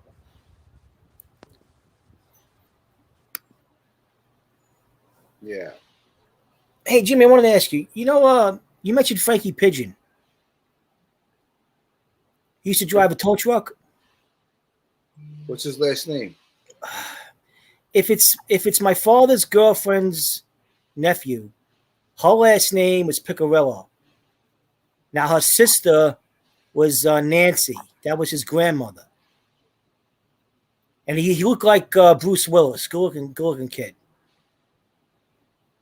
How old is he now? 60, 61. Yeah, he's probably the same guy. You know? His aunt was my father's girlfriend for over 30 years, and her son, Charlie, and him were close. And he used to come every so often from Bensonhurst. What's the aunt's name? Anna. She's still here? No, she passed the year my father passed, 2011. But the son's name was Charlie. Used to call him Charlie Business.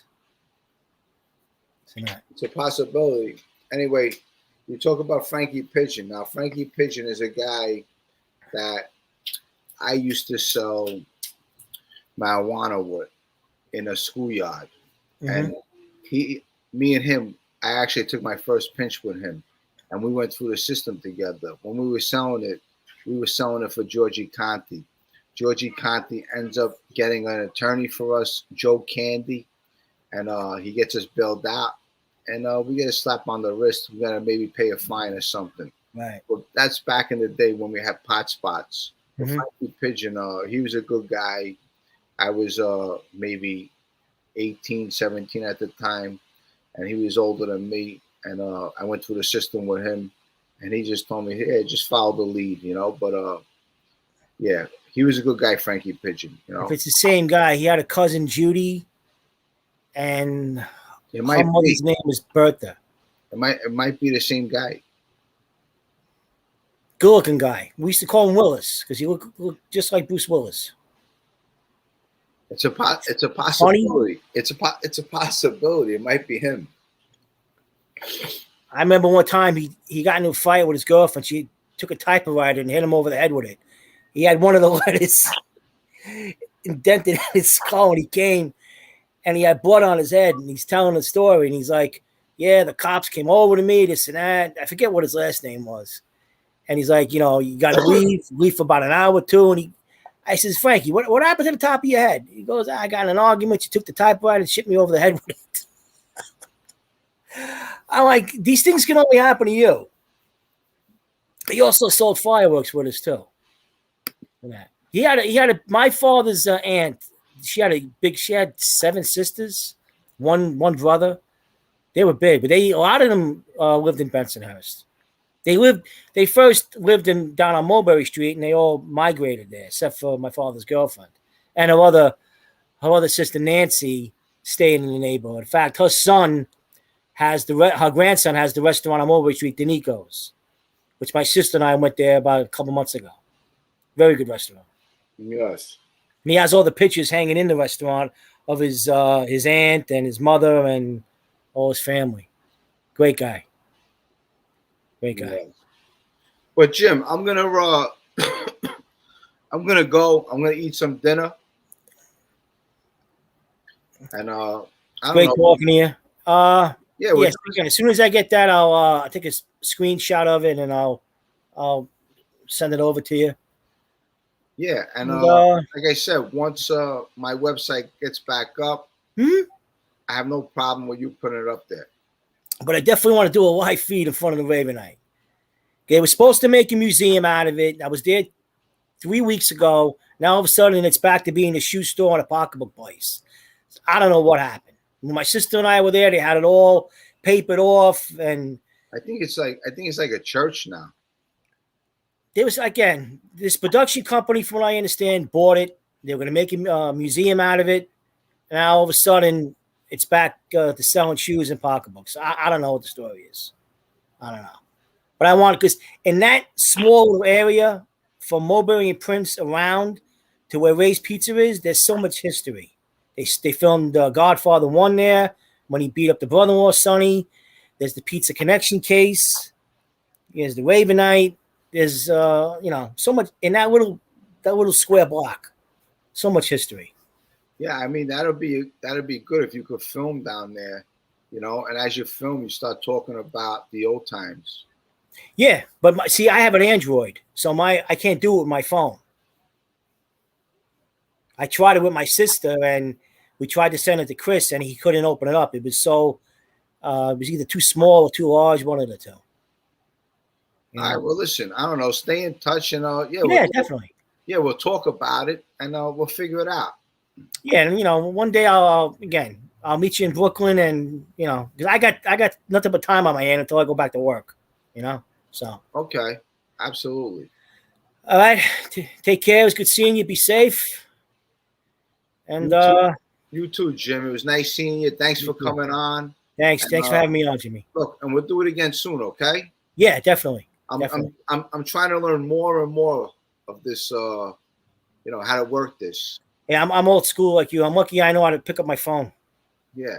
Well, listen, we'll do it again, okay? Yeah, definitely. Have a good night, Jimmy. Tell everyone I said hi. I appreciate it.